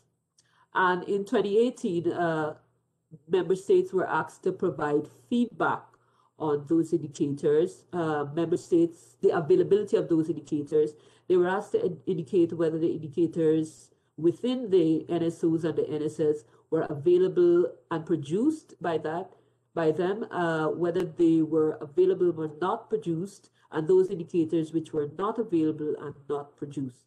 Feedback was received from almost all member states and associate members, with the exception of Haiti, Montserrat, Anguilla, Cayman Islands, and Turks and Caicos Islands. Our report was disseminated. It's available on the Regional Stats website. CARICOM core indicators for the Sustainable Development Goals and assessment of data availability in member states and associate members. Now, these are some of the indicators, the core indicators. In target 1.5, number of deaths, missing people, injured, relocated, evacuated due to disasters per 100,000 people. Under goal 6, target 1, for example, target 6.1, for example, by 2030 achieve universal and equitable access to safe and affordable drinking water for all. We have a number of indicators. Under goal 7, for example, target 7.1, the indicator was proportion of population with access to electricity. Also an indicator under goal 9, CO2 emissions per unit of value added. Under goal 11, we have a number of indicators, including the number of countries with national and local disaster risk reduction strategies. Goal 12 also has an indicator on the number of parties to international multilateral environmental agreement, etc. Goal 13, target 1, for example, strengthen resilience and adaptive capacity to climate-related hazards and natural disasters. You have this indicator once again. Under goal 14, proportion of fish stocks within biologically sustainable levels, and indicators on the goal 15 also. This is one of the tables from that publication, which shows the availability by country of indicators on the SDG goal 16, goal 6, sorry. And in this table, there data availability on the SDG goal 14 for those indicators. In terms of work in progress, we are continuing to assess the availability of the CARICOM core SDG indicators. The first assessment, as you can see, was completed and is disseminated on our website. We will obtain from member states the core indicators which are available. This is a work in progress. We have a number of indicators from the listed countries, and efforts are being made to consolidate the collection of the SDGs to minimize the burden of the country. This is a work in progress. We have that list of indicators which we will send to countries. The Secretariat will also seek funding for capacity building on the core SDG indicators that are not currently produced or available in countries. This is in collaboration with IDPs, including funding from the European Union and support from Italy, as I mentioned in my presentation yesterday. We also look forward to contributing to the global set of climate change indicators, as Rina Shaw mentioned, and to continue the promotion of harmonization of the global, regional, and national work on environment and climate change and disasters indicators. Thank you for your attention. Thank you so much, Faustina, and for the very informative presentation, and also to Jennifer, to Ventura, and to Pauline. all presenters in this session. Now, this is the most difficult task of the moderator. We are 30 minutes beyond time, and we still have 30 minutes worth of program left. So if you do the math, we are 1 hour running late. So we could do additional, that's additional hour, or we can try to see what we could do. Now, we could skip the Q&A and just go to breakout session, and hopefully we will have questions maybe in chat and maybe an opportunity to address those Q&A tomorrow. Or if there are pressing questions and comments that participants would like to treat, we could have those Q&A and agree that we will, by so doing, we will be having we are already into extra time, but we'll have additional few minutes added on to do the breakout session. Or to do the Q&A and then let you do the breakout session or the exercise for the breakout on your own. But I think based on what the interaction that we've had so far, there is a value, a tremendous value in actually having the breakout session. So if I am to make a decision, I would say we'll skip the Q&A and then facilitate the breakout group. So if somebody has very strong opinion about what we should do, this is the time to say it in the chat or raise your hand and provide your perspective.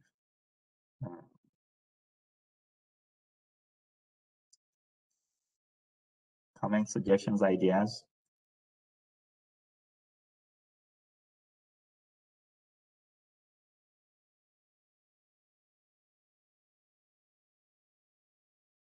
So, and I'm not seeing anything in the chat apart from the comment from Pauline saying how interesting the GIS visualization presented by Faustina is. So in the absence of, let me just be sure I have all the, okay, I don't see any hands up and there are no comments. So that seems like there is a consensus that we move on to the breakout session. So if you have, Abdullahi, perhaps I can, we are actually losing participants as we speak. We are going to be soon down to a very few of them. I also agree that there's a lot of value to the breakout rooms, but I think also that people, participants may be tired or even more than tired. I know I am. So what would I like to suggest is that we leave 5 minutes of Q&A for tomorrow for the last session, and perhaps send the exercise to be done at home, because participants have already planned for a certain time. Probably they have to leave because they have other activities. We could stay for sure as ECLAC team and many of our colleagues in the UN system, but what is more valuable here is if any participants think that they can do the exercise at home, because tomorrow we have even more hours allocated. It's 1 more hour, the duration, right, Pauline, of the meeting tomorrow. Instead of being 3 hours, it's 4. So we are full tomorrow as well, and we're giving a lot of information and getting everyone to know the partners. So perhaps I leave it to you as the moderator, but that's my humble opinion, that I don't think that they will probably be able to stay even if they want to for the breakout. I don't know. You go ahead and decide. No, I don't get your final recommendation. So are you recommending that we conclude today and then find time to take this, whatever questions that we have tomorrow? Yeah, my suggestion was to have the Q&A tomorrow, if at all, because I didn't see any hands, because it was mostly informative, obviously, but people can think about stuff and ask tomorrow. And then about the breakout groups, I think it's we can send that as an exercise to be, homework.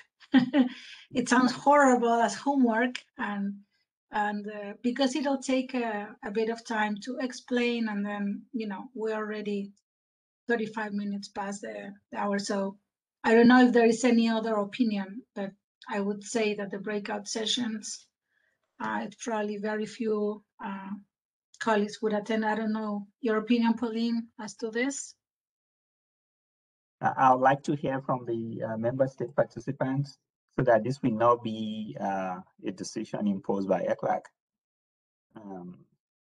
So the recommendation on the floor is for us to adjourn and then send the exercise for the breakout session to participants to do on their own.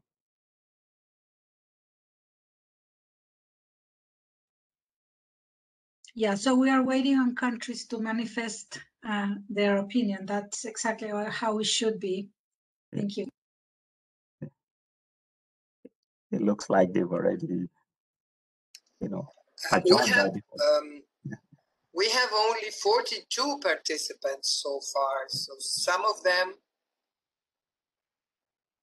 must have gone already.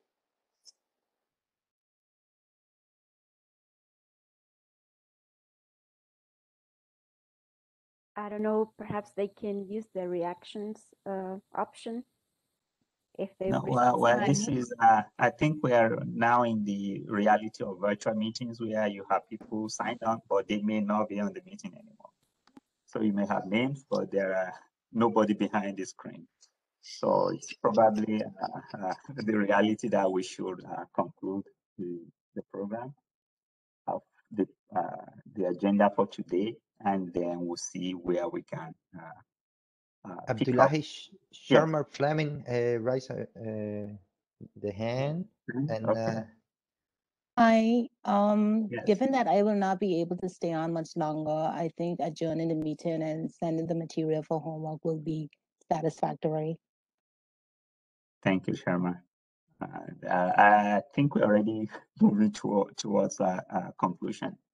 So we will send the breakout session exercise with instruction as to how it should be done, and then we will find time to address any Q&A that participants may have on this session tomorrow.